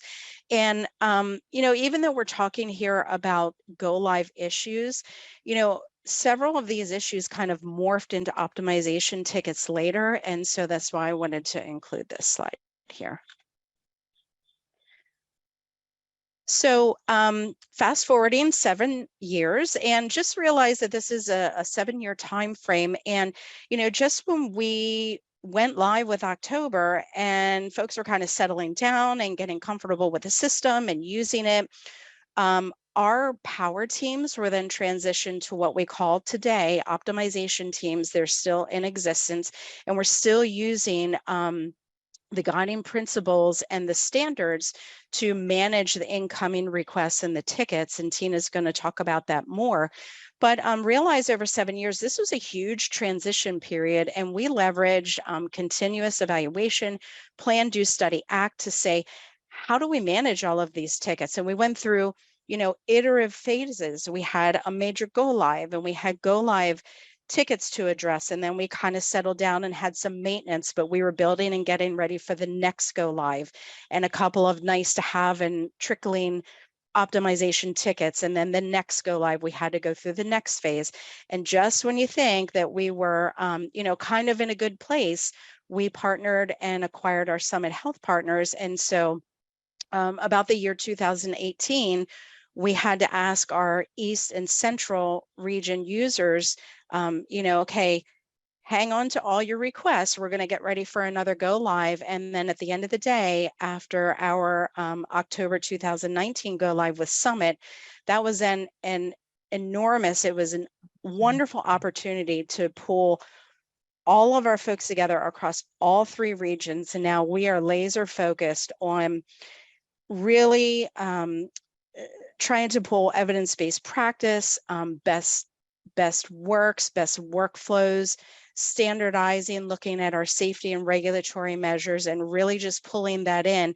And now we have 3 comprehensive regions, leveraging our optimization teams, our guiding principles and operating standards. And now we are in a much better place to address these ongoing optimization tickets. And so now we are in a constant optimization phase.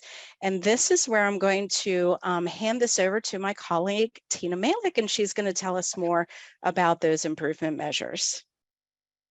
Thank you, Julie, for that background and overview.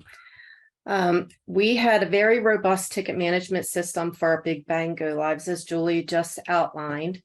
Also, as mentioned, we requested our users to become acclimated with electronic health record so that when optimization tickets were placed, they were thought out and meaningful. But also keep in mind, during this time, we needed to transition our power team to an optimization team, and we needed to add more members to have a greater representative of our outpatient ambulatory spaces. We experienced that the cadence of our go lives actually threw us off a bit because we had users who had been working in the system, for instance, with our May go live, and then we had our October go live, and they had wanted some changes in the system. So they were submitting the service request tickets, but we were preparing for yet another go live. And we had to have freeze periods in order to do that work. So we would only work on tickets that we prioritized as either regulatory, so something that is mandated by a governing body such as the Department of Health, or patient safety, where something that is supported a patient safety risk associated, then we would go ahead and make those changes in our electronic health record, or something that had a significant financial impact within our revenue that we needed to document as well.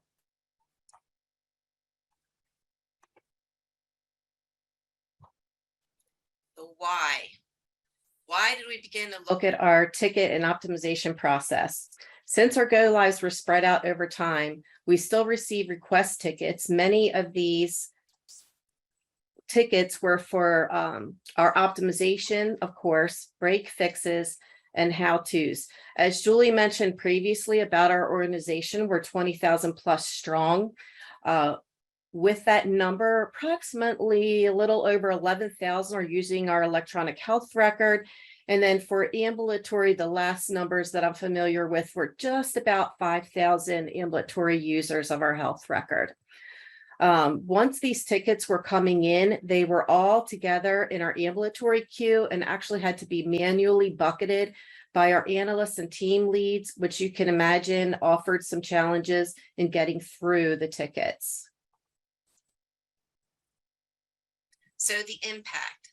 despite having a ticket queue and a process in place where we actually had our ambulatory analysts specifically assigned to watch the work queue, the volume of tickets that was coming in was overwhelming.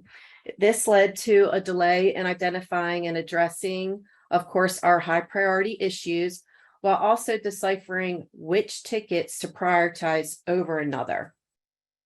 Even with our clinical informatics team and operational leads helping to pull out optimization requests as we saw those, we fell behind in triaging the requests. Also, clinical informatics, we also had a queue where how-to questions would be sent to from other teams. And that would be one queue for both our inpatient informaticists and our ambulatory informaticists to work through.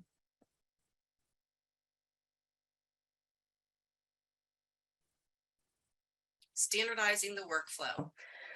A positive overall was that we had operational leads. We were very lucky because they were very involved in the ticket review process. We met as a team, which included, of course, informatics, ambulatory leads, and our operational leads. And we had two for our optimization team, who we kind of carried over from our power team, to review tickets that were classified as optimizations in order to present to the ambulatory optimization team as a whole. So we did a pre-work in looking at those tickets.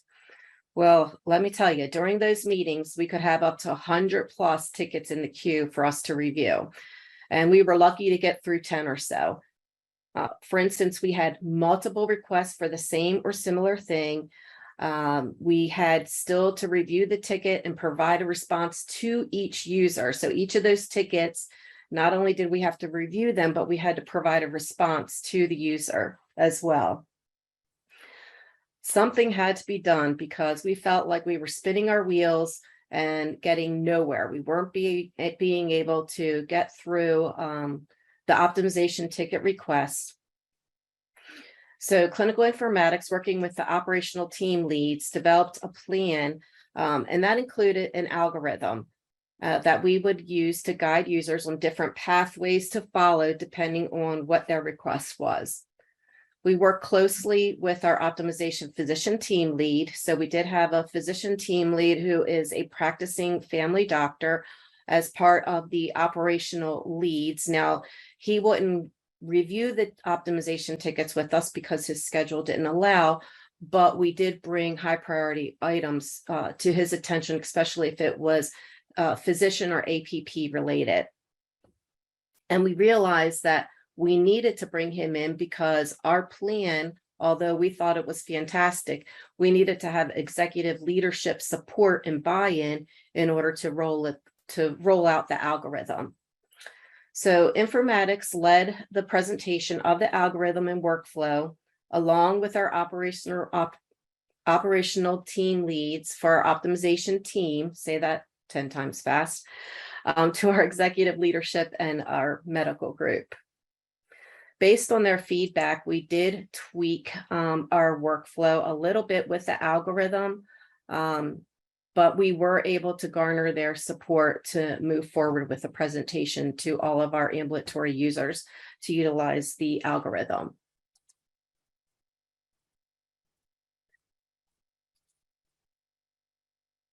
And ta-da!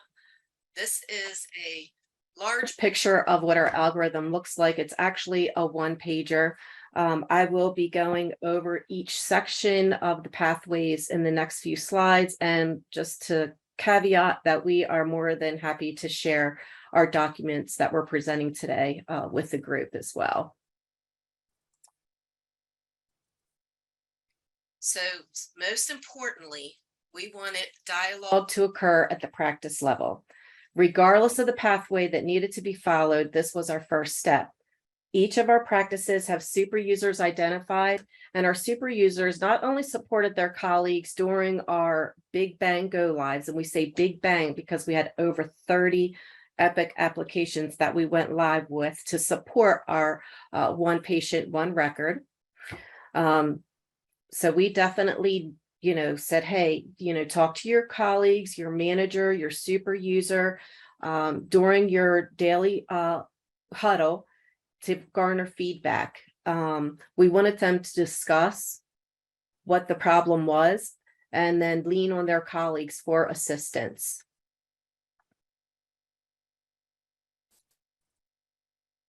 So these are 3 pathways. How do I do something in Epic, something not working as expected in Epic, and it would be nice if. Again, just reiterating that the first step was always to reach out to a colleague.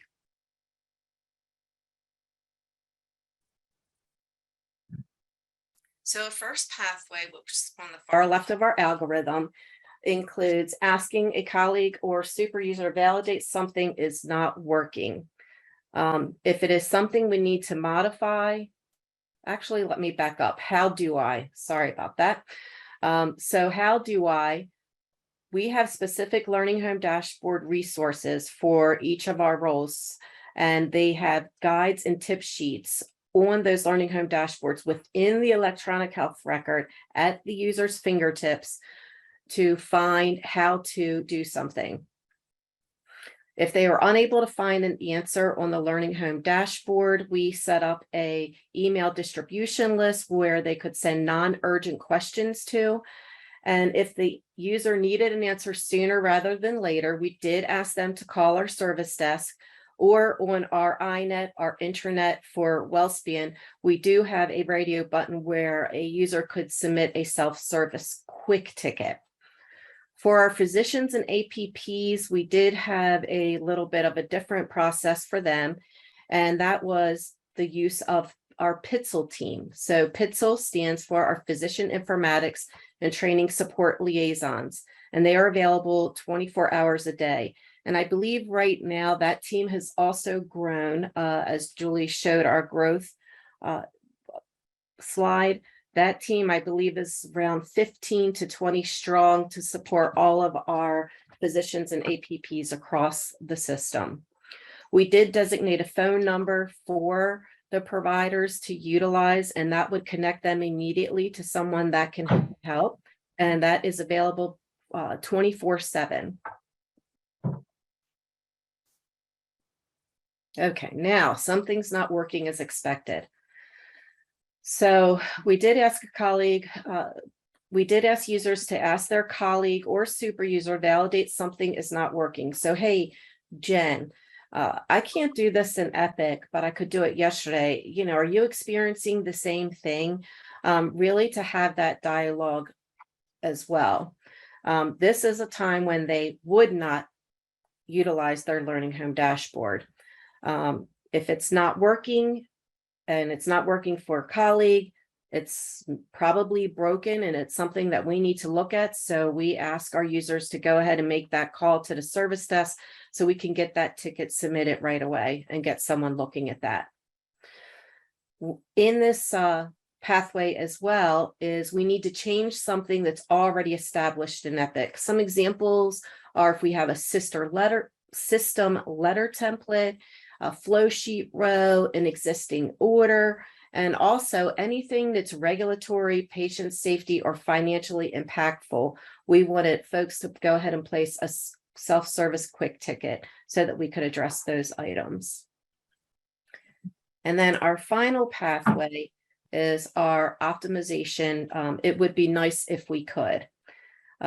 First and foremost, we divert our guiding principles, which we have noted here on the slide for you. And that is the first thing we wanted users to consider when they were wanting to put in an optimization request.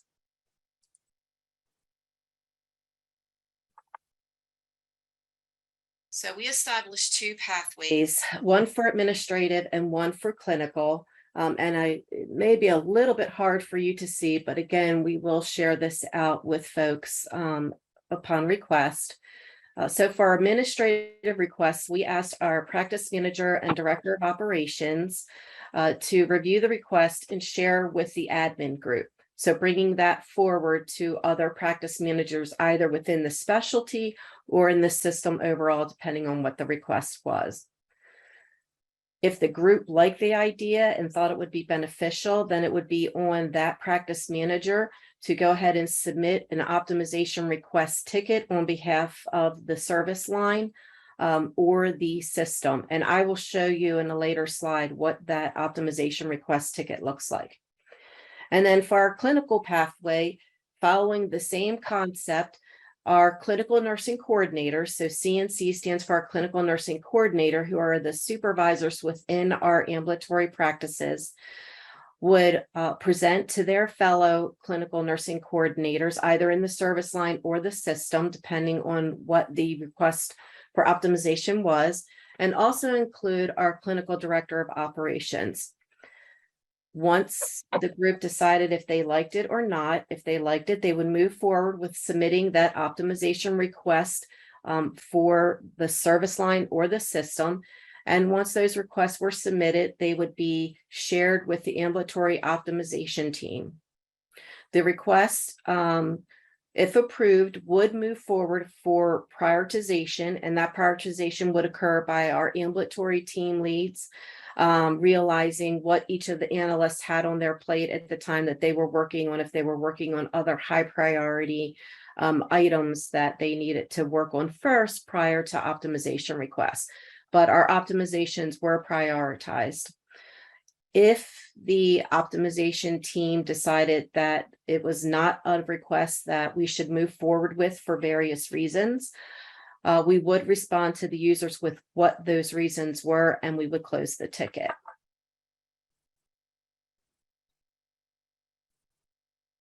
So educating our end users on this process. So we did attend the practice manager meetings, which at the time were system-wide practice managers, and then also our clinical nursing coordinator meetings. They were separate meetings at the time. They've now come together with our service line structure changes. We also presented in newsletter articles. We do have a weekly Epic ambulatory update newsletter that we send out. So we did share that information also in our newsletters. Our algorithm was placed on our Learning Home dashboard, which is located in our electronic health record. And I do have a little snippet that so you can see what that looks like. We also presented to our super user group so that our super users were aware of the process and could speak to it and would know that their colleagues would be utilizing them as a resource to bounce ideas off of, to ask how-to questions, etc. And also to continue this work for ongoing awareness of the process, new employees are provided the algorithm during their onboarding classes for WellSpan.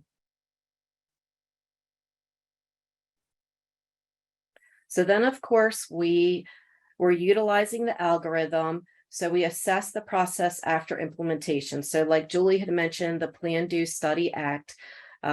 Based on feedback, we revised the algorithm because we actually had a restructure in our medical group where we went to service lines. So now we have about 9 service lines, and each service line does have a clinical director of operations as well as director of operations representatives. We found out that we needed to develop a workflow for analysts to follow before moving changes into production.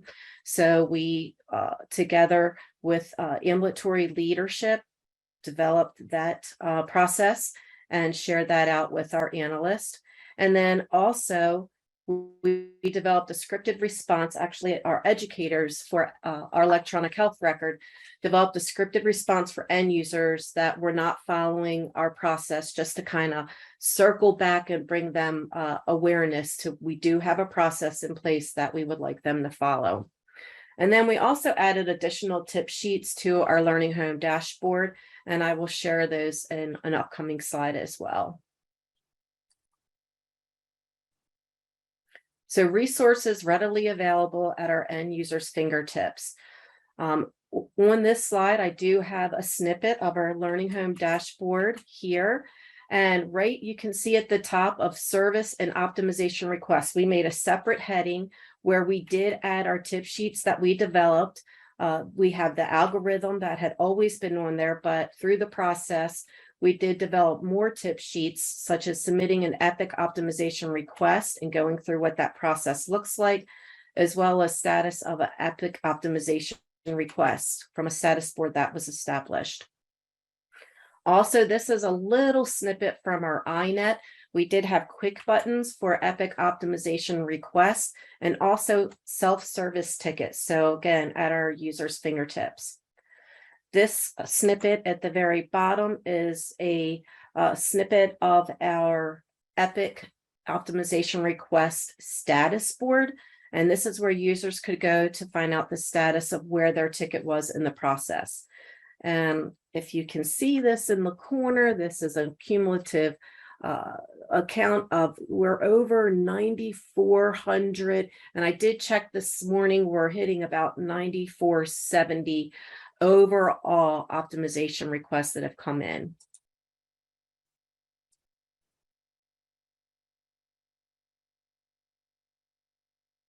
Okay, so as our go lives were in our rearview mirror, we established, like I said, the different tools and processes for our end users.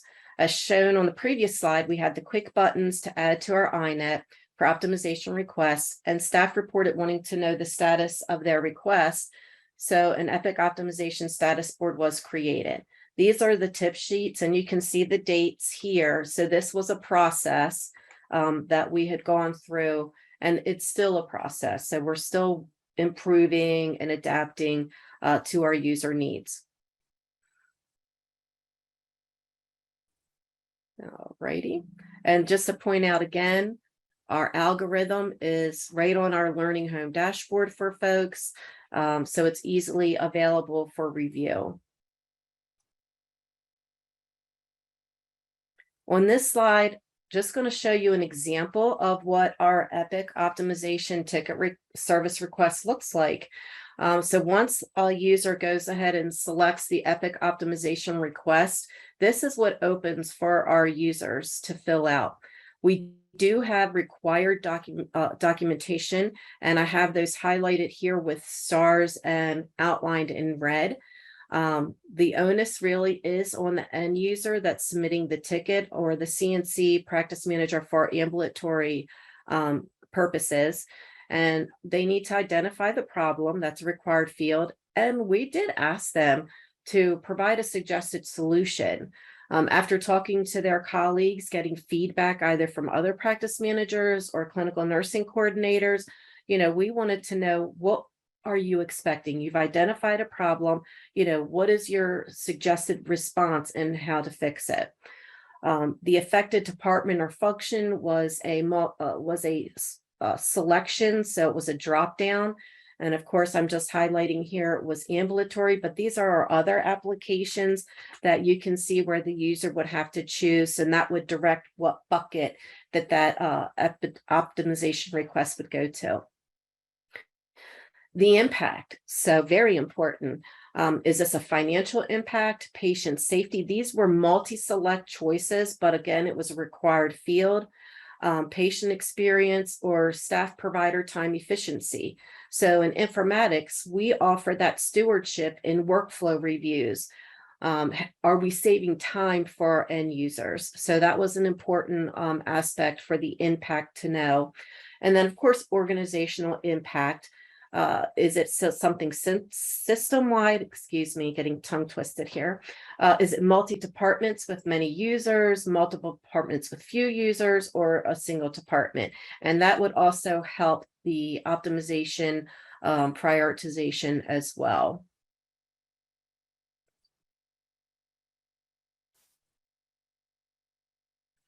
So this slide is an overview of the process that we had to develop for our analysts. As our team grew, we need to make sure we were still communicating the process, especially for our new analysts, prior to moving anything into our electronic health record. We needed to do this because we did find that things were being moved into our live electronic health record that were not properly vetted or tested, and then we were encountering problems. So it was asked from the ambulatory leadership team from Project One if we could develop a process with collaboration with informatics. And you can see here we have Julie and we have myself, and as Julie mentioned, we did move into different roles. But this is just kind of give you an outline of what that process looked like, to ensure that what was going into our electronic health record was thoroughly tested, was communicated, any tip sheets that needed to be provided were established and developed and provided out before any changes would go in, so that folks knew what to expect.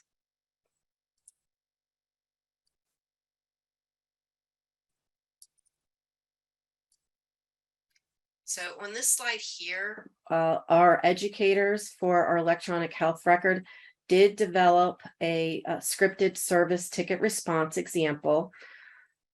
And I have to say, despite all the education and communication strategies that we use, we did have stragglers or users who would circumvent the designated pathways. So we did find it necessary to develop a canned response. This was presented to the teams and everyone was in agreement that this would be utilized. So this is an example of what that scripted response looked like. And it's really guiding folks back to their learning home dashboard or their super user. And this is especially when we knew that there was a tip sheet or a guide that was established and on the learning home dashboard for our users to utilize. We did close the ticket, providing this response to the user. And then if they still could not find the answer, we did ask them to reference their original ticket number, with whom they consulted. Was it their super user, their clinical nursing coordinator, and the title of any learning home dashboard documents that they had referenced.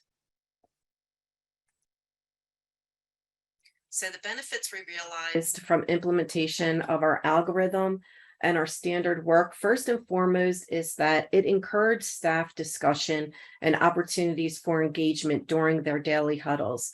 We have instituted daily huddles at all of our ambulatory practices. And again, it gives that opportunity to identify any optimizations, any changes that needed to be made in the electronic health record. And also it offers the opportunity to discuss what was shared in our Epic ambulatory newsletter that comes out every Friday for expected changes for the next week. It also allowed our resources to manage requests more efficiently. So our analysts found that it was much easier to look at those service request tickets that were coming in, knowing that if it was an optimization, it would go ahead and drop to a different bucket. So it really decreased the number of tickets that were coming in that they needed to triage.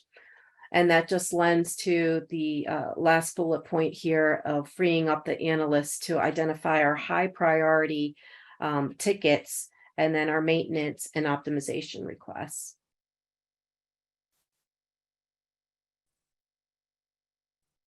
I think we're doing pretty good on time. In closing, we did find that developing a standard process that included specific guidelines and pathways for service request and optimization request submissions actually has proven to be beneficial in our end user and our analyst satisfaction, prioritizing our requests and getting through those tickets in a timely and efficient manner and addressing our high priority items.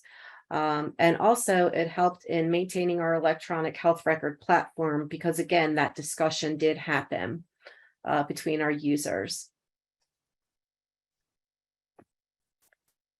So we want to thank you for allowing us to present today.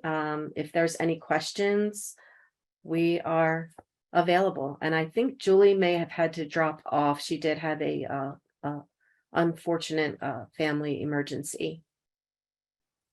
Thank you, Tina and Julie. Sorry to hear about Julie's emergency. Yeah. I have seen some questions come through the chat and also through the Q&A. So I will scroll back up and say you did receive 2 thank you for your service. So I want to also extend thank you for your service that you gave us to our country. There's different comments in the chat. The first question that came through is, as part of EHR certification, does the ONC or CMS require submission of data around downtime, or is this done by attestation? So that is like a downtime question, but then it came in during your presentation. So can you answer that, or should that be more directed towards the previous panel? Let's direct that towards the previous panel, please. Okay. So that question came in from Alyssa. So Alyssa, just to let you know, I will pass that question on. So going over to the questions that came through, the first question is, are you still doing the same processes for tickets? Have you thought of electronic email messaging for these tickets? So this question came in early in your presentation, but so it was about what is currently happening. So we do still have our WellSpan Medical Group Epic clinical workflow distribution list that we do encourage folks, if they don't need an urgent response, to reach out. And that distribution list includes informaticists, ambulatory team leads, and our principal trainers, which is our educators, for our electronic health record, as well as some credential trainers. So we do still encourage use of that for non-urgent, because, that could be a 24 to 48 hour turnaround for a question. Otherwise, we do encourage users to either submit a self-service ticket or to call our service desk for immediate help. Wonderful, thank you. Sure. The next question is coming from Tawana, and her question is, for the optimization request, do you ask the staff to first review requests and collaborate with their peers and leaders prior to opening their requests? We do. So the ticket submission should not occur until after the group, so fellow clinical nursing coordinators or practice managers within the service line, within the system, or if it's a special group. So we'll have committees. So if it's a women's and children's committees for something specific, even that would qualify as being vetted, as long as that committee had representation from across the system. Because our goal with One Patient, One Record is not only, seeing all the information, but we're trying to standardize our processes and workflows to have as little deviation as possible, because we're using evidence-based practice, in our workflows. So yes, they are vetted prior to ticket being submitted. And we do ask, when you do submit the ticket, that you mentioned, what group you vetted it with, or, what clinical director of operations or director of operations is kind of like your champion for that. Perfect. To dovetail off of that question, you mentioned that you use evidence-based practice. Do the requests have to come with evidence also to support the request? At this time, no, but that is a great takeaway that we can add. Like I said, this is ever evolving. So that's a great takeaway that we will take back. Yeah, wonderful. Thank you. The next question is, you mentioned 24/7 support for physicians and the other APPs provided by your physician informaticists. When providers need assistance, do they connect to the help desk first or directly to the informaticist? So if they call the phone number, they'll get a direct response from a physician informatics and training liaison support person. They have Monday through Friday coverage, and then off hours, they have, folks assigned to take call. So they will get a person when they call that phone number. Perfect. Great. Thank you. And if there's any follow-up questions to that, feel free to respond. That came in through an anonymous question. The next question is, do the inpatient informaticists follow a similar process? That's a good question. Focus on ambulatory, but I know that they have a inpatient optimization team, And Heather is on, who is my colleague as well from WellSpan. I don't know if she can speak to the inpatient process.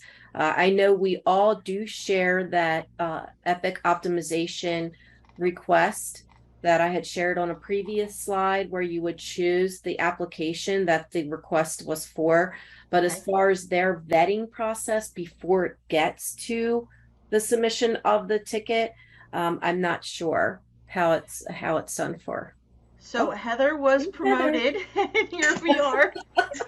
So the inpatient process is quite similar to what Tina's describing. We do encourage that before they put in a ticket, they talk to a supervisor.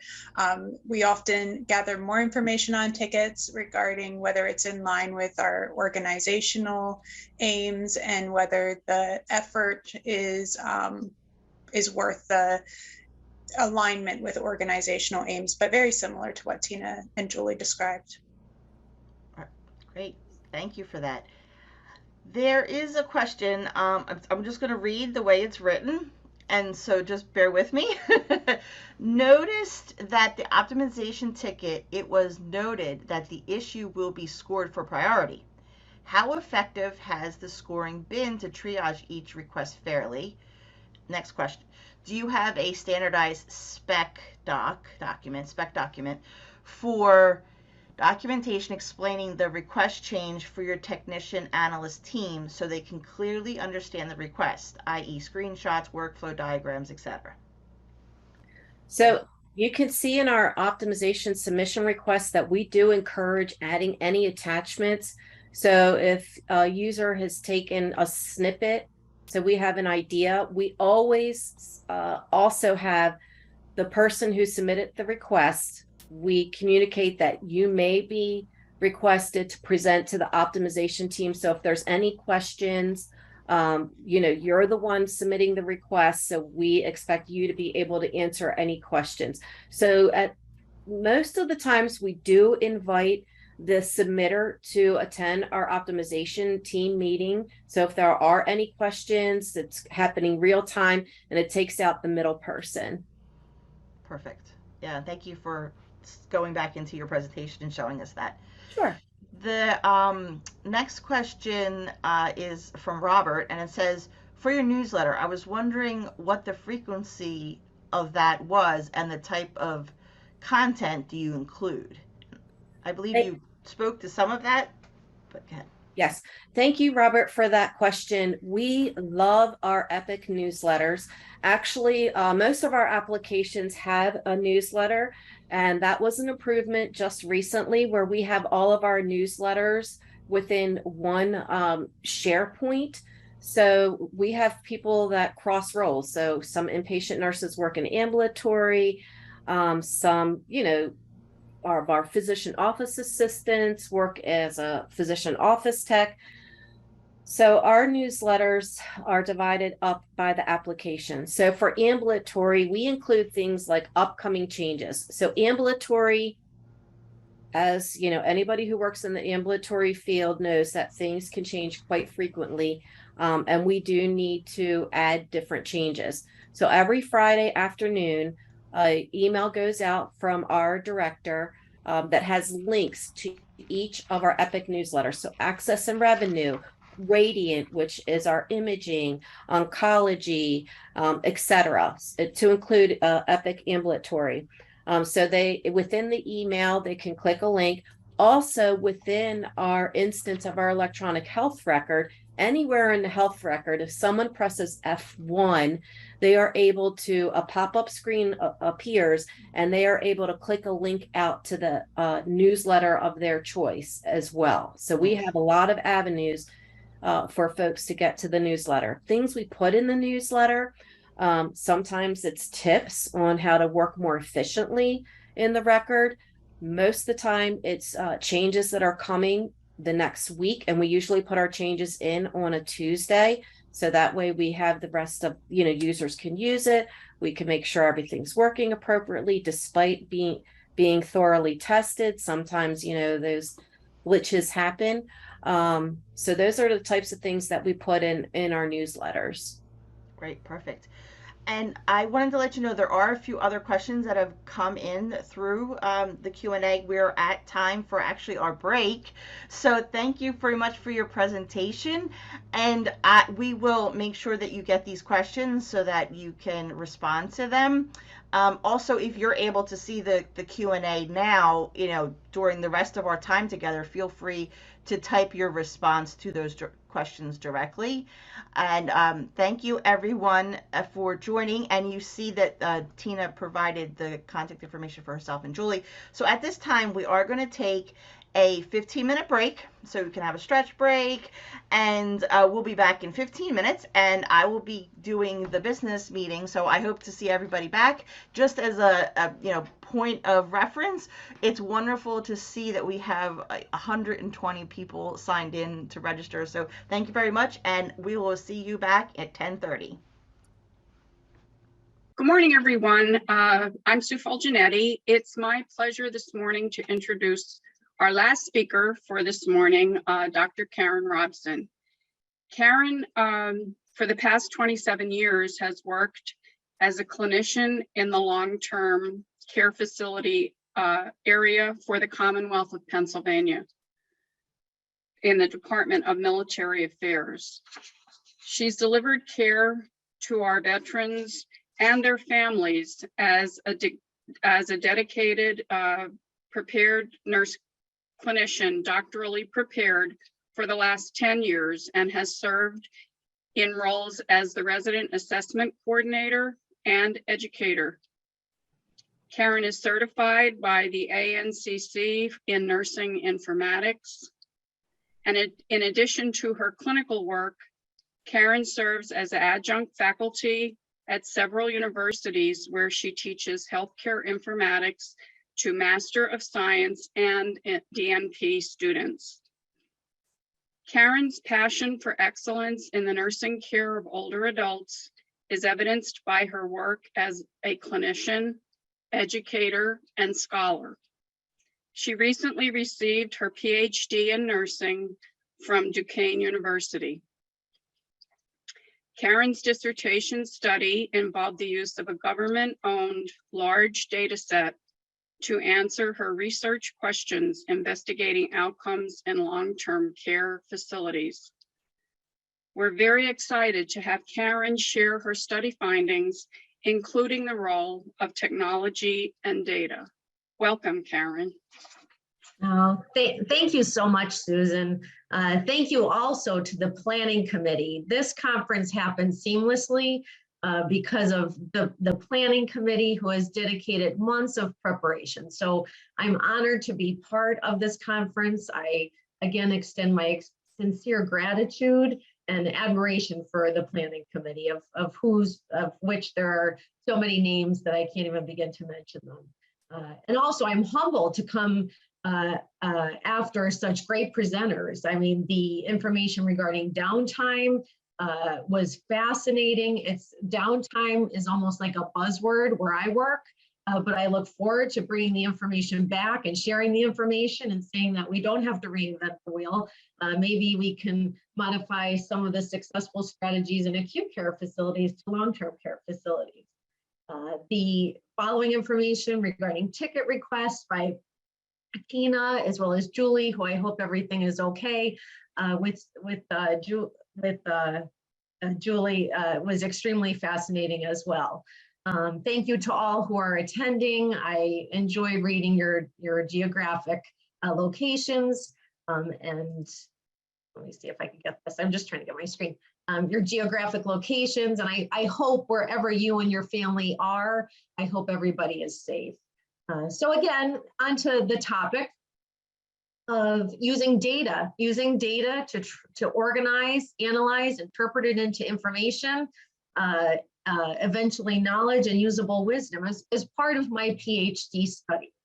So my PhD study involved a large government-owned data set, which Susan mentioned.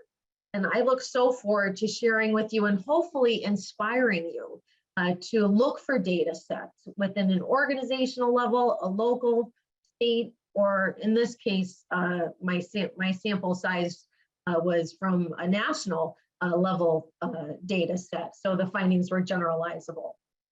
There's numerous research implications with data. But before I get into the topic of how I transform data into generalizable results and usable wisdom to help care for our older adults in long-term care facilities, if you would, please bear with me while I provide the background of the study. As Susan mentioned, I'm employed in the long-term care industry for almost 28 years. Now, I started when I was 10 years old, so that makes me very young.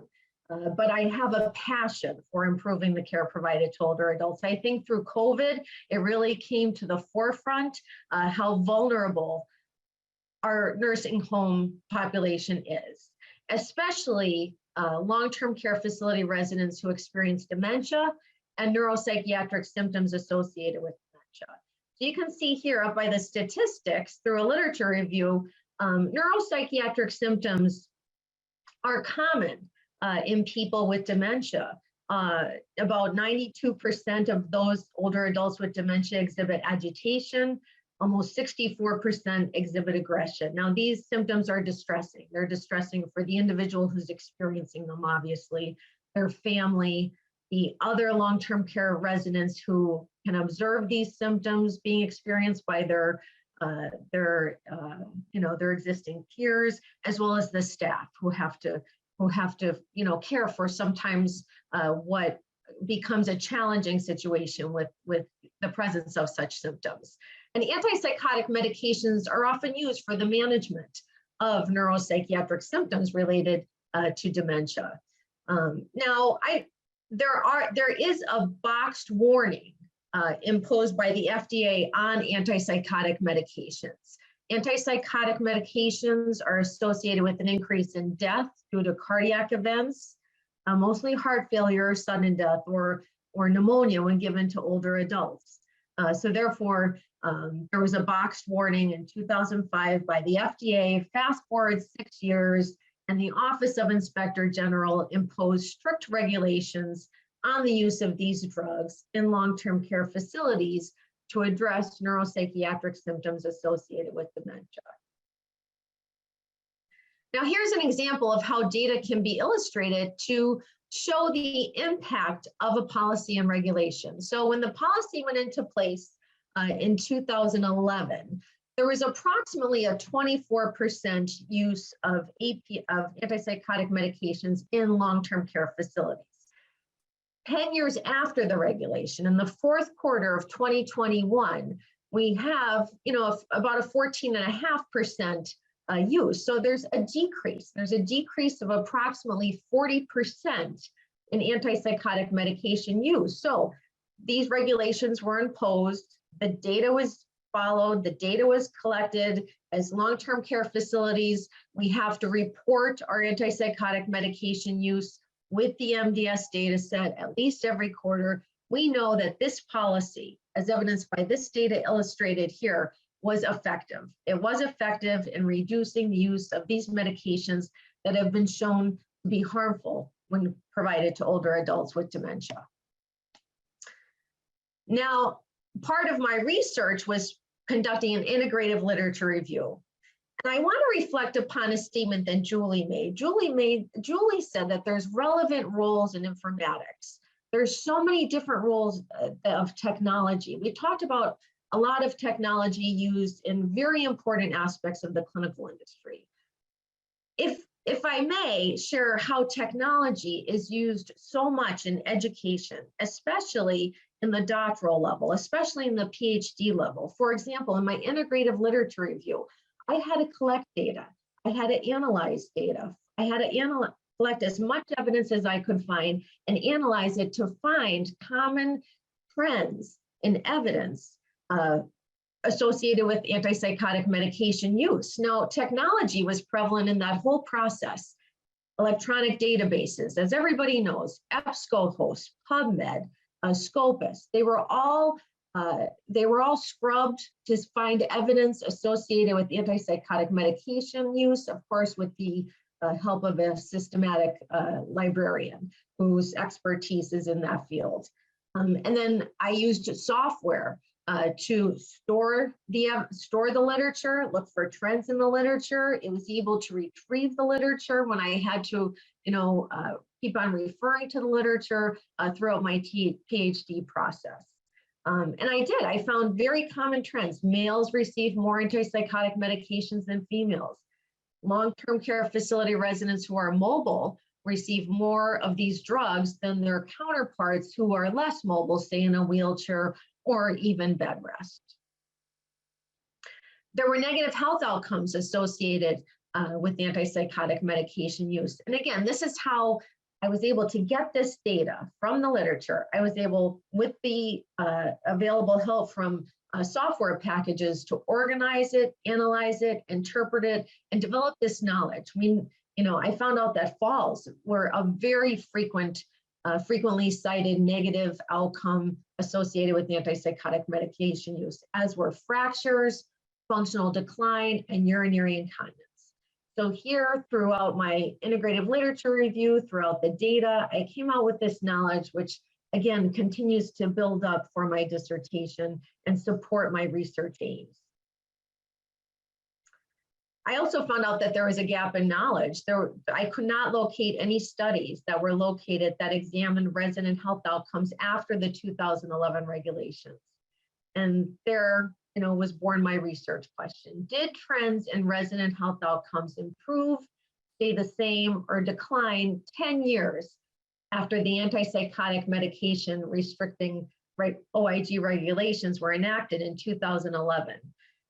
Now, this was an innovative study. I'm certified as a resident assessment coordinator, which validates expertise related to the CMS minimum data set, which was my data collection tool. So who knew, because of the certification and working with this data collection tool for so many years, that I was considered an expert. So that sort of took me by surprise.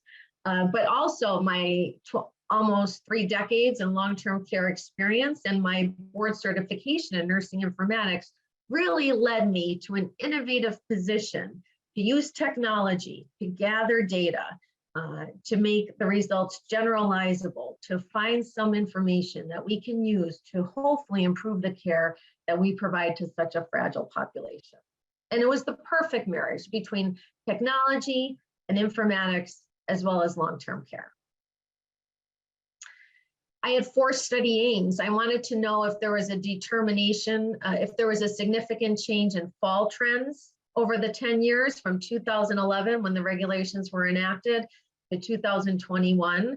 I wanted to know if there was a significant change in falls with major injury or fracture. I wanted to know if there was a significant change in functional mobility, specifically independent transfers, or if there was a change in urinary continence since those regulations were enacted. Because through the data that I had illustrated in the previous slides, we know that antipsychotic medication use decreased. So the policy, the regulation was effective in regards to decreasing the prescription of these drugs. But what was the clinical impact? My study design was infused with technology. It's just, I could not have done this without technology, without my background in informatics. It was a descriptive, quantitative, retrospective, secondary data analysis. I used descriptive and inferential statistics. Unfortunately, I fast forwarded. I was a little bit nervous in the beginning. I fast forwarded through the slide where I acknowledged people. On that slide, I acknowledged my committee member, including my chairperson, Dr. Linda Garand. I also acknowledged 2 statistical consultants, because if one was good, I thought 2 would be better. Always good to have 2 of everything, as well as I did acknowledge the external funding I received to assist with the statistical analysis from the Gerontological Advanced Practice Nurses Association Foundation Award. So again, I apologize for fast forwarding through those slides. The setting was all long-term care facilities in the US who were CMS, who had to report this quarterly, at least quarterly MDS assessment to CMS. And the population, the data represented aggregate quarterly administrative data from CMS. It includes the entire population in the nation of residents in all long-term care facilities that were CMS certified from the last quarter of 2011, when the policy was enacted, to the last quarter of 2021, which at the time of analysis was the most recent population data that I could obtain. And of course, the study was granted approval by the Duquesne University Institutional Review Board. And it was exempt because the data was de-identified. Just a little bit of background about the data collection tool. And this data collection tool, the minimum data set 3.0, it's the standard assessment tool. It addresses clinical, functional, and psychosocial characteristics. It has volumes of data in it. As I said in the beginning, I mean, I did this study on a national level. Organizations can use this data collection tool, this MDS data collection tool, to generate their own knowledge specific to their clinical entity. Of course, the results can't be generalizable, but on an organizational level, you can gain an endless amount of insight just by analyzing the data that's compiled in the MDS. The MDS is valid. The RAND Corporation said this current MDS 3.0 is valid and more reliable than the previous version 2.0, although I've used both. The data set, like I said, aggregate resident quarterly assessment data sets. It was the MDS 3.0 frequency reports from 2011 to 2021. I was specifically looking for trends and health outcomes that I identified in the literature as being common and associated with antipsychotic medication use. Falls with major injury, transfers, and continence. And another thing about the MDS data set, it includes standard nomenclature. It includes standard language. No matter, that's why you can gather this data on a national level. It's the same language, it's the same data set used in all healthcare facilities that are required to complete this instrument. These are the specific sections of the data collection tool and the specific definitions of the data collection tool in the MDS data set. Again, these variables were identified in the literature: falls with major injury, functional status, and continence status. Statistical analysis, again, this is, this was complex. It was complex for me. I had, advanced statistics. I had numerous statistics courses. I had the valuable assistance from two qualified statisticians, one of whom had extensive experience working with nursing professionals, and anybody can reach out to me for their contact information should you need affordable assistance with statistical analysis. But the statistical analysis was focusing on the proportions of health outcomes from the last quarter in 2011, when the regulations were enacted, to the last quarter of 2021. Two statistical analyses were chosen, chi-square analyses, to determine the odds of the resident health outcomes in 2021, given the same health outcomes in 2011, and separate linear regression analysis were conducted for each outcome to determine if there was a significant change in each health outcome trend from over the 10-year period. In the regression analysis, one health outcome, falls with major injury, functional status, and continence status was the dependent variable, and time, the 10-year period, was the independent variable. And two-tailed p-values less than 0.05 were considered to have evidence of statistical significance. So resident characteristics, the results. Now here, I did not do the chi-square or the linear regression. Here I looked at the population in the 2011 cohort, in the 2021 cohort, and I looked at the differences and look at the knowledge that was generated. Just from looking at these two quarters, the long-term care facility population declined. It decreased 16.4% over the 10 years. And there were fewer residents with Alzheimer's. The long-term care facility population was younger, it included more males, and it was more racially and ethnically diverse in 2021 compared to 2011. So again, this is taking the data, organizing it, analyzing it, interpreting it, and now it's generating knowledge that can be eventually used for usable wisdom. So specifically in regards to sex, 6% fewer females and 6% more males, but I'll describe in a little while how females are still comprising the majority of long-term care facility residents.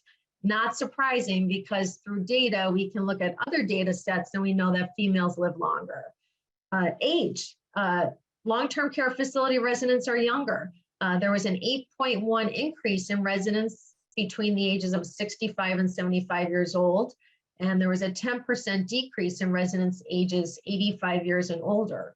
Race, again, we saw the long-term care facility population become racially and ethnically more diverse, as is the nation. So there were 0.8 fewer white long-term care residents, 0.5% more Black residents, 0.2% more Asian and Hispanic residents, and 0.1% more Native American, Pacific Islander, American Indian, and Alaskan Native residents. The chi-square analysis, just to review some information about p-values, they represent the compatibility between what the observed data is and what is expected. And studies with statistical significant findings, that would be in this case, and often cases, a p-value of less than 0.05, often lack sound clinical impact and require one to proceed cautiously when considering clinical significance. And I'll talk about the American Statistical Association statement on p-values. And this was a very valuable lesson learned to me. You know, through my statistic courses, we always had to look at that p-value. We always had to take that p-value into consideration. Well, as a doctorally prepared clinician and spending, you know, all of my career in the clinical industry, this was certainly a learning curve, although it made sense. The clinical impact of statistically significant or lack of statistical significance results is subjective. It has to, when we're generating that knowledge, and as the wisdom and action theory says, we have to take antecedents into effect. So we have to consider other factors when we look at that p-value to determine its clinical impact. But specific to this study and the chi-square analysis, residents are at the same risk for those health outcomes: falls, fractures, functional decline, and incontinence 10 years after the regulations were enacted. And the odds ratio results are there. So this was definitely a little bit, you know, surprising, because we know that from the data and the data that was illustrated earlier, almost 40% less antipsychotic medications are used now than they were in the previous 10 years because of those regulations, or, you know, as influenced by these regulations. And yet we see that there's the same risk. There's the same risk of health outcomes. The separate linear regression analysis was extremely interesting. There was not a significant difference in fall trends from 2011 to 2021. Now, there were fewer falls. There were 1.3% of fewer falls, which is a big percentage. When you're looking at each sample was more than 1 million cases. There were fewer falls, but it did not reach statistical significance. And when I was giving my defense, I saw that my statistics professor was on, so I wouldn't say it. But the statistical, the p-value was 0.07. So it was almost statistically significant, but we were told in statistics, it either is significant or not almost. But still, there were fewer falls. So we can't, you know, we can't forget about that improvement in falls, you know, at this time compared to 10 years in an environment where more antipsychotic medications were used. There was a significant downward trend in falls with major injury, including fractures. And that p-value was 0.008, and there were 0.2% fewer falls with major injury. I looked at independent transfer status to reflect functional ability. And there was a significant downward trend in independent resident transfers in 2021 compared to 2011. So there were fewer independent residents. There were fewer residents who were able to ambulate independently. Now, this was also surprising because we're using less antipsychotic medications now. And we know that functional mobility declines when one receives antipsychotic medications. So we would think that one may surmise that there would be more independent long-term care residents. We have a younger population. We have less antipsychotic medications used, but there's not. There's less residents who can transfer independently at a p-value of 0.001. And there was a significant downward trend in continent residents in 2021 compared to 2011. So look at the findings. Look at a p-value of 0.001 and 8% fewer, there were more incontinent residents. So again, this is an example of the knowledge that's generated through the data and through the information that has been, found through this publicly available data set. So when we talk about the knowledge, it's important that we take the data findings, the statistical findings, and we put it in the context of other findings, of other information, other evidence, and other literature that's available out there. For example, we have a smaller long-term care population. Well, this is consistent with the most recent census findings. The nation's population increased by only 0.1%. Now, it's important as we look at the declining long-term care facility population, we take into account other sources of data, other events that are taking place, such as the pandemic. And in 2021, which represented the last quarter of the data set, there were approximately 460,000 deaths in the US that were attributed to COVID, and nearly half of those deaths occurred in long-term care facilities. So that impacted our long-term care facility population. And also, in addition to the deaths, we have to take into account when we look at the clinical impact of this data, when we look at the clinical impact of this data analysis, we have to take an account into variables such as the deaths that occurred in long-term care facilities. And also, because of my clinical experience, I know that we had to shut down. We could not admit patients until we found out what resources were necessary and what guidelines had to be followed in order to admit patients for their safety, for our staff safety, and for the safety of the other established residents in the long-term care facility. We saw an increase in younger residents. And, looking at the evidence, we know that this age range, 65 to 74, it's at high risk for dementia. And also members of the baby boom generation who were born between 1946 and 64 were 57 to 75 years old in 2021.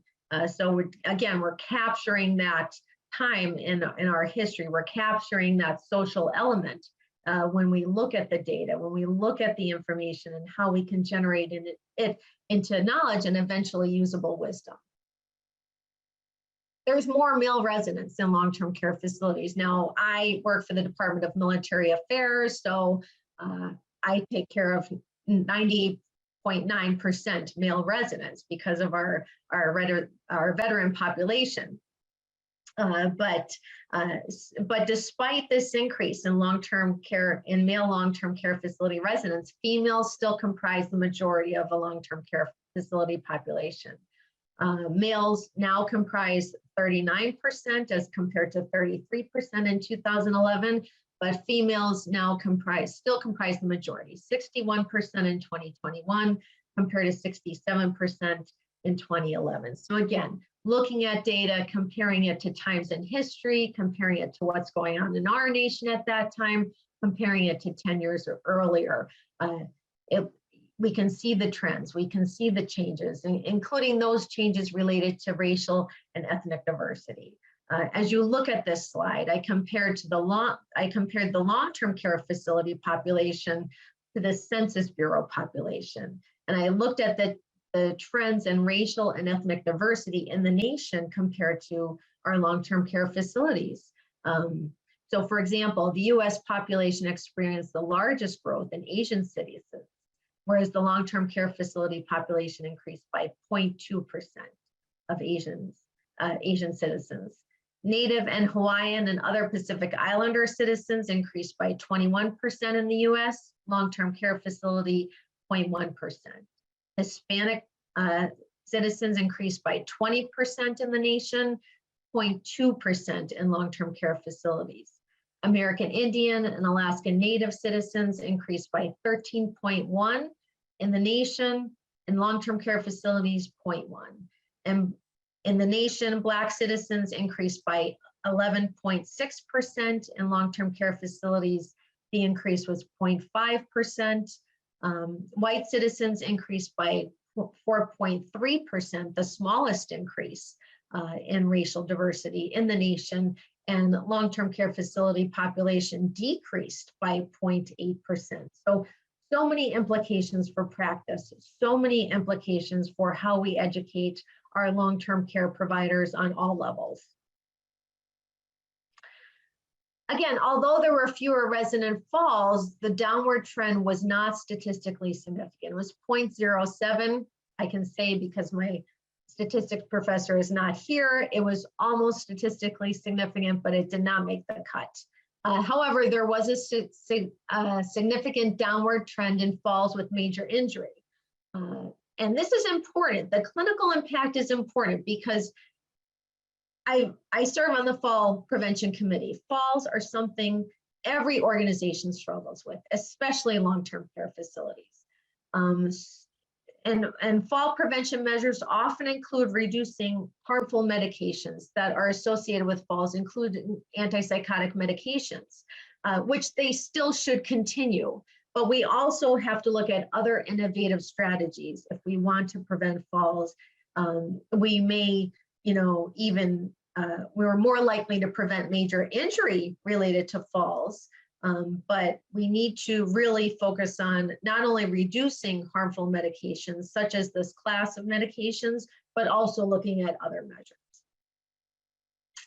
Resident independence. There was a significant downward trend in residents able to independently move between services. And again, this was discouraging. We have almost 40% less APM use in 2021, yet there was no increase in independence. And an increase in dependence and an increase in help from staff is associated with a lower quality of life for the nursing home residents.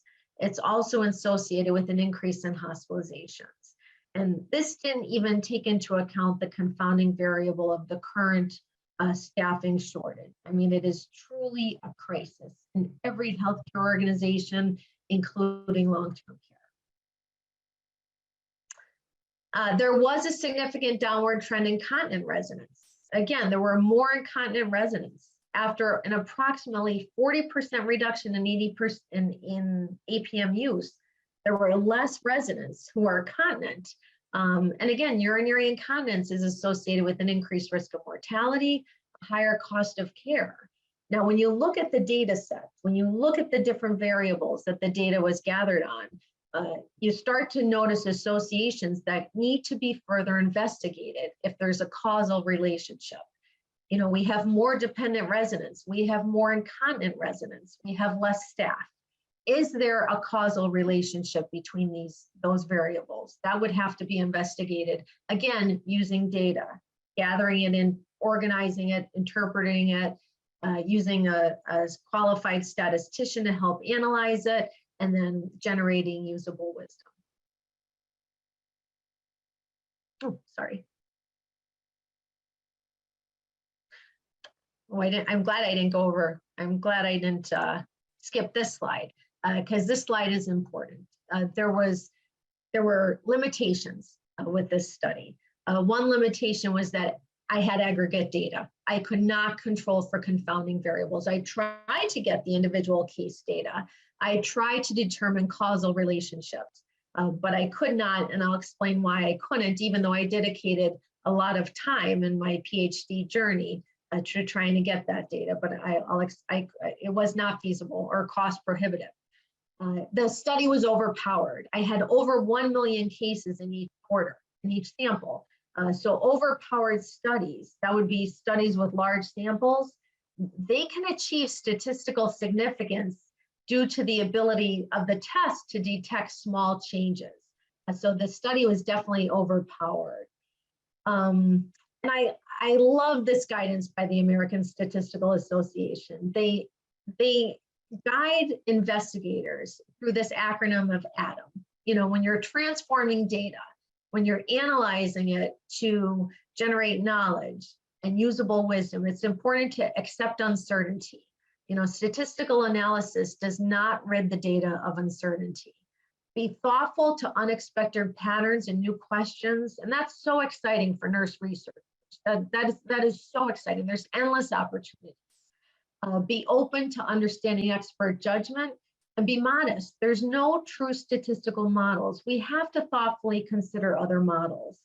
If I could just go back to the T in the acronym, thoughtful to unexpected patterns and new questions.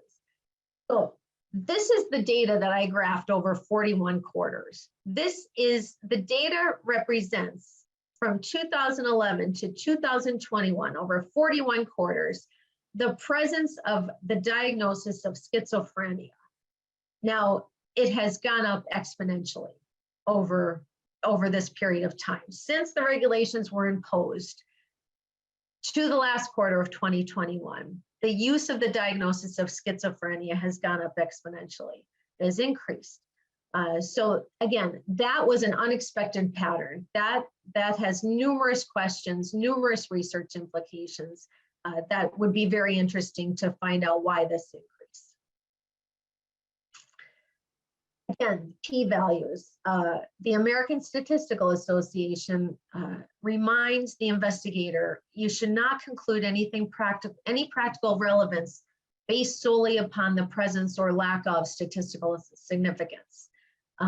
Conclusions from data analysis should not be based upon whether an association was found to achieve statistical significance. Statistics guides the investigator to objectify clinical relevance, but there exists subjectivity associated with clinical relevance. Again, numerous implications for future research. I really needed the case level data set to analyze and determine cause and effect relationships between the variables. Unexpected findings, again, the increase in schizophrenia diagnosis and decline in overall long-term care facility population, just two examples of how data can generate these unexpected findings and look for new patterns, in care, look for unexpected trends that influence care. And also the increase in racial and ethnic diversity in long-term care facilities has numerous implications for future research. Numerous practice implications came from this data analysis, came from the use of this large government-owned data sets. It helps us, the knowledge generated helps organizations to be held accountable to prevent accidents, prevent a decline in mobility, and restore continence. That all falls under the quality of care federal regulation. Decreasing APM use does not necessarily decrease the negative health outcomes of APM use. So in addition to decreasing the drug's use when clinically indicated, additional measures are needed to prevent falls, a decline in mobility, and incontinence. Again, safe medication practices to promote well-being. We definitely need more non-pharmacological interventions to address neuropsychiatric symptoms. And nurse researchers and faculty should mentor others to promote the role of secondary data analysis as primary research. And again, I cannot emphasize that enough. You know, that I definitely learned a lot. My chairperson was wonderful. My committee was wonderful. They unfortunately never conducted primary research with secondary data analysis, but they were a wealth of information and a wealth of guidance for content and methodology.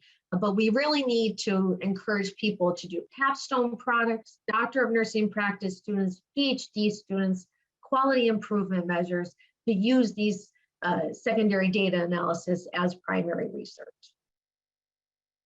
And again, the conclusion, since those regulations were enacted, we had no significant downward trend in falls, a significant downward trend in falls with major injury, a significant downward trend in independence, and a significant downward trend in continence. Where long-term care facility residents are at the same odds for experiencing the identified health outcomes, even when antipsychotic medication use decreased. But again, that individual case data would provide more insight. And as I mentioned, I tried to get the individual case data.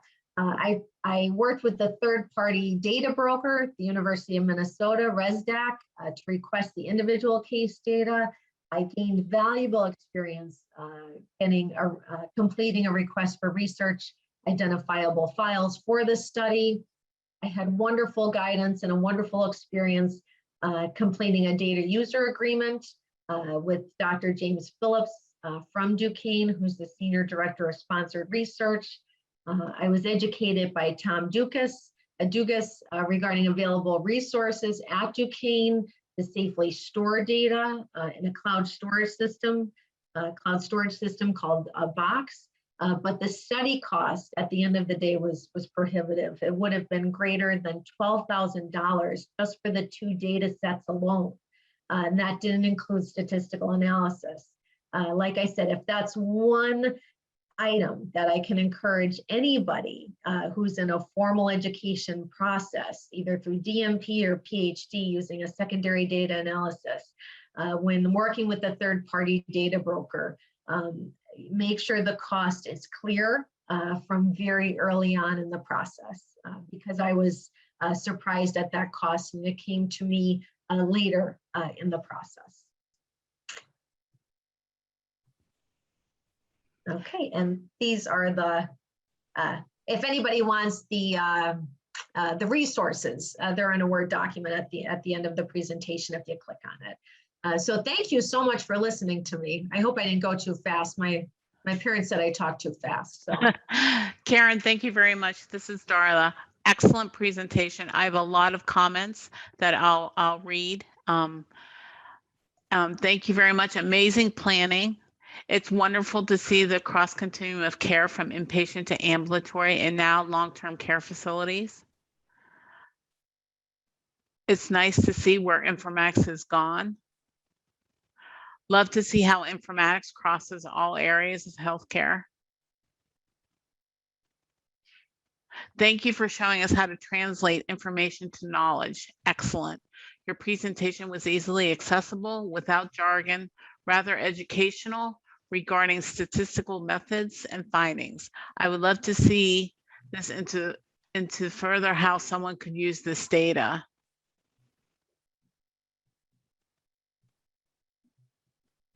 I'd like to pick up on that question there as far as how do you see other people using this data? Because, you know, it's a lot. Right. Yes, it is a lot. It is a lot. And, you know, it has, like I said, one way that we can use this data, as I had mentioned through the program, is, you know, reducing antipsychotic medication use because of the known side effects, say, for example, falls. That is a fall prevention strategy. But we know now through analyzing this data that it may not necessarily prevent falls entirely. We have to look at other measures to prevent falls.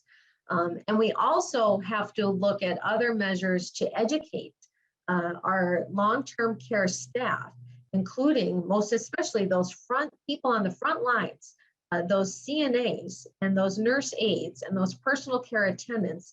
We have to include educational strategies to meet the diversity that is represented in our long-term care facilities.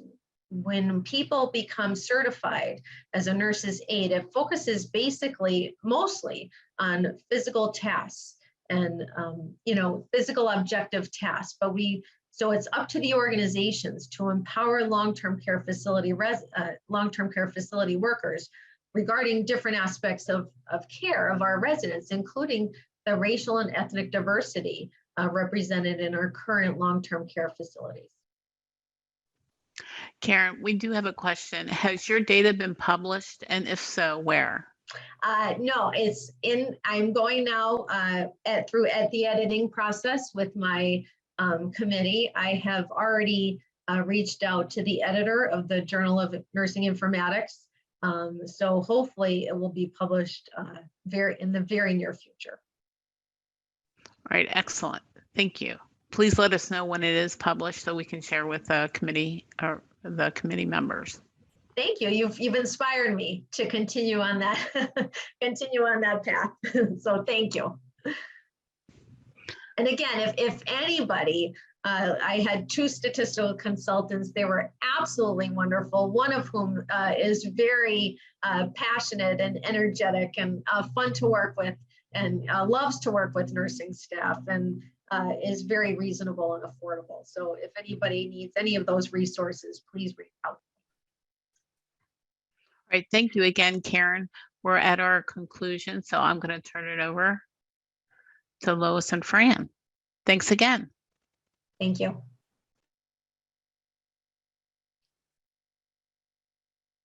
I'd like to thank everybody for coming. This was a great conference. I really enjoyed everybody, and I hope everyone else did as well. Again, thank you everybody for joining the conference. Have a great day, everyone.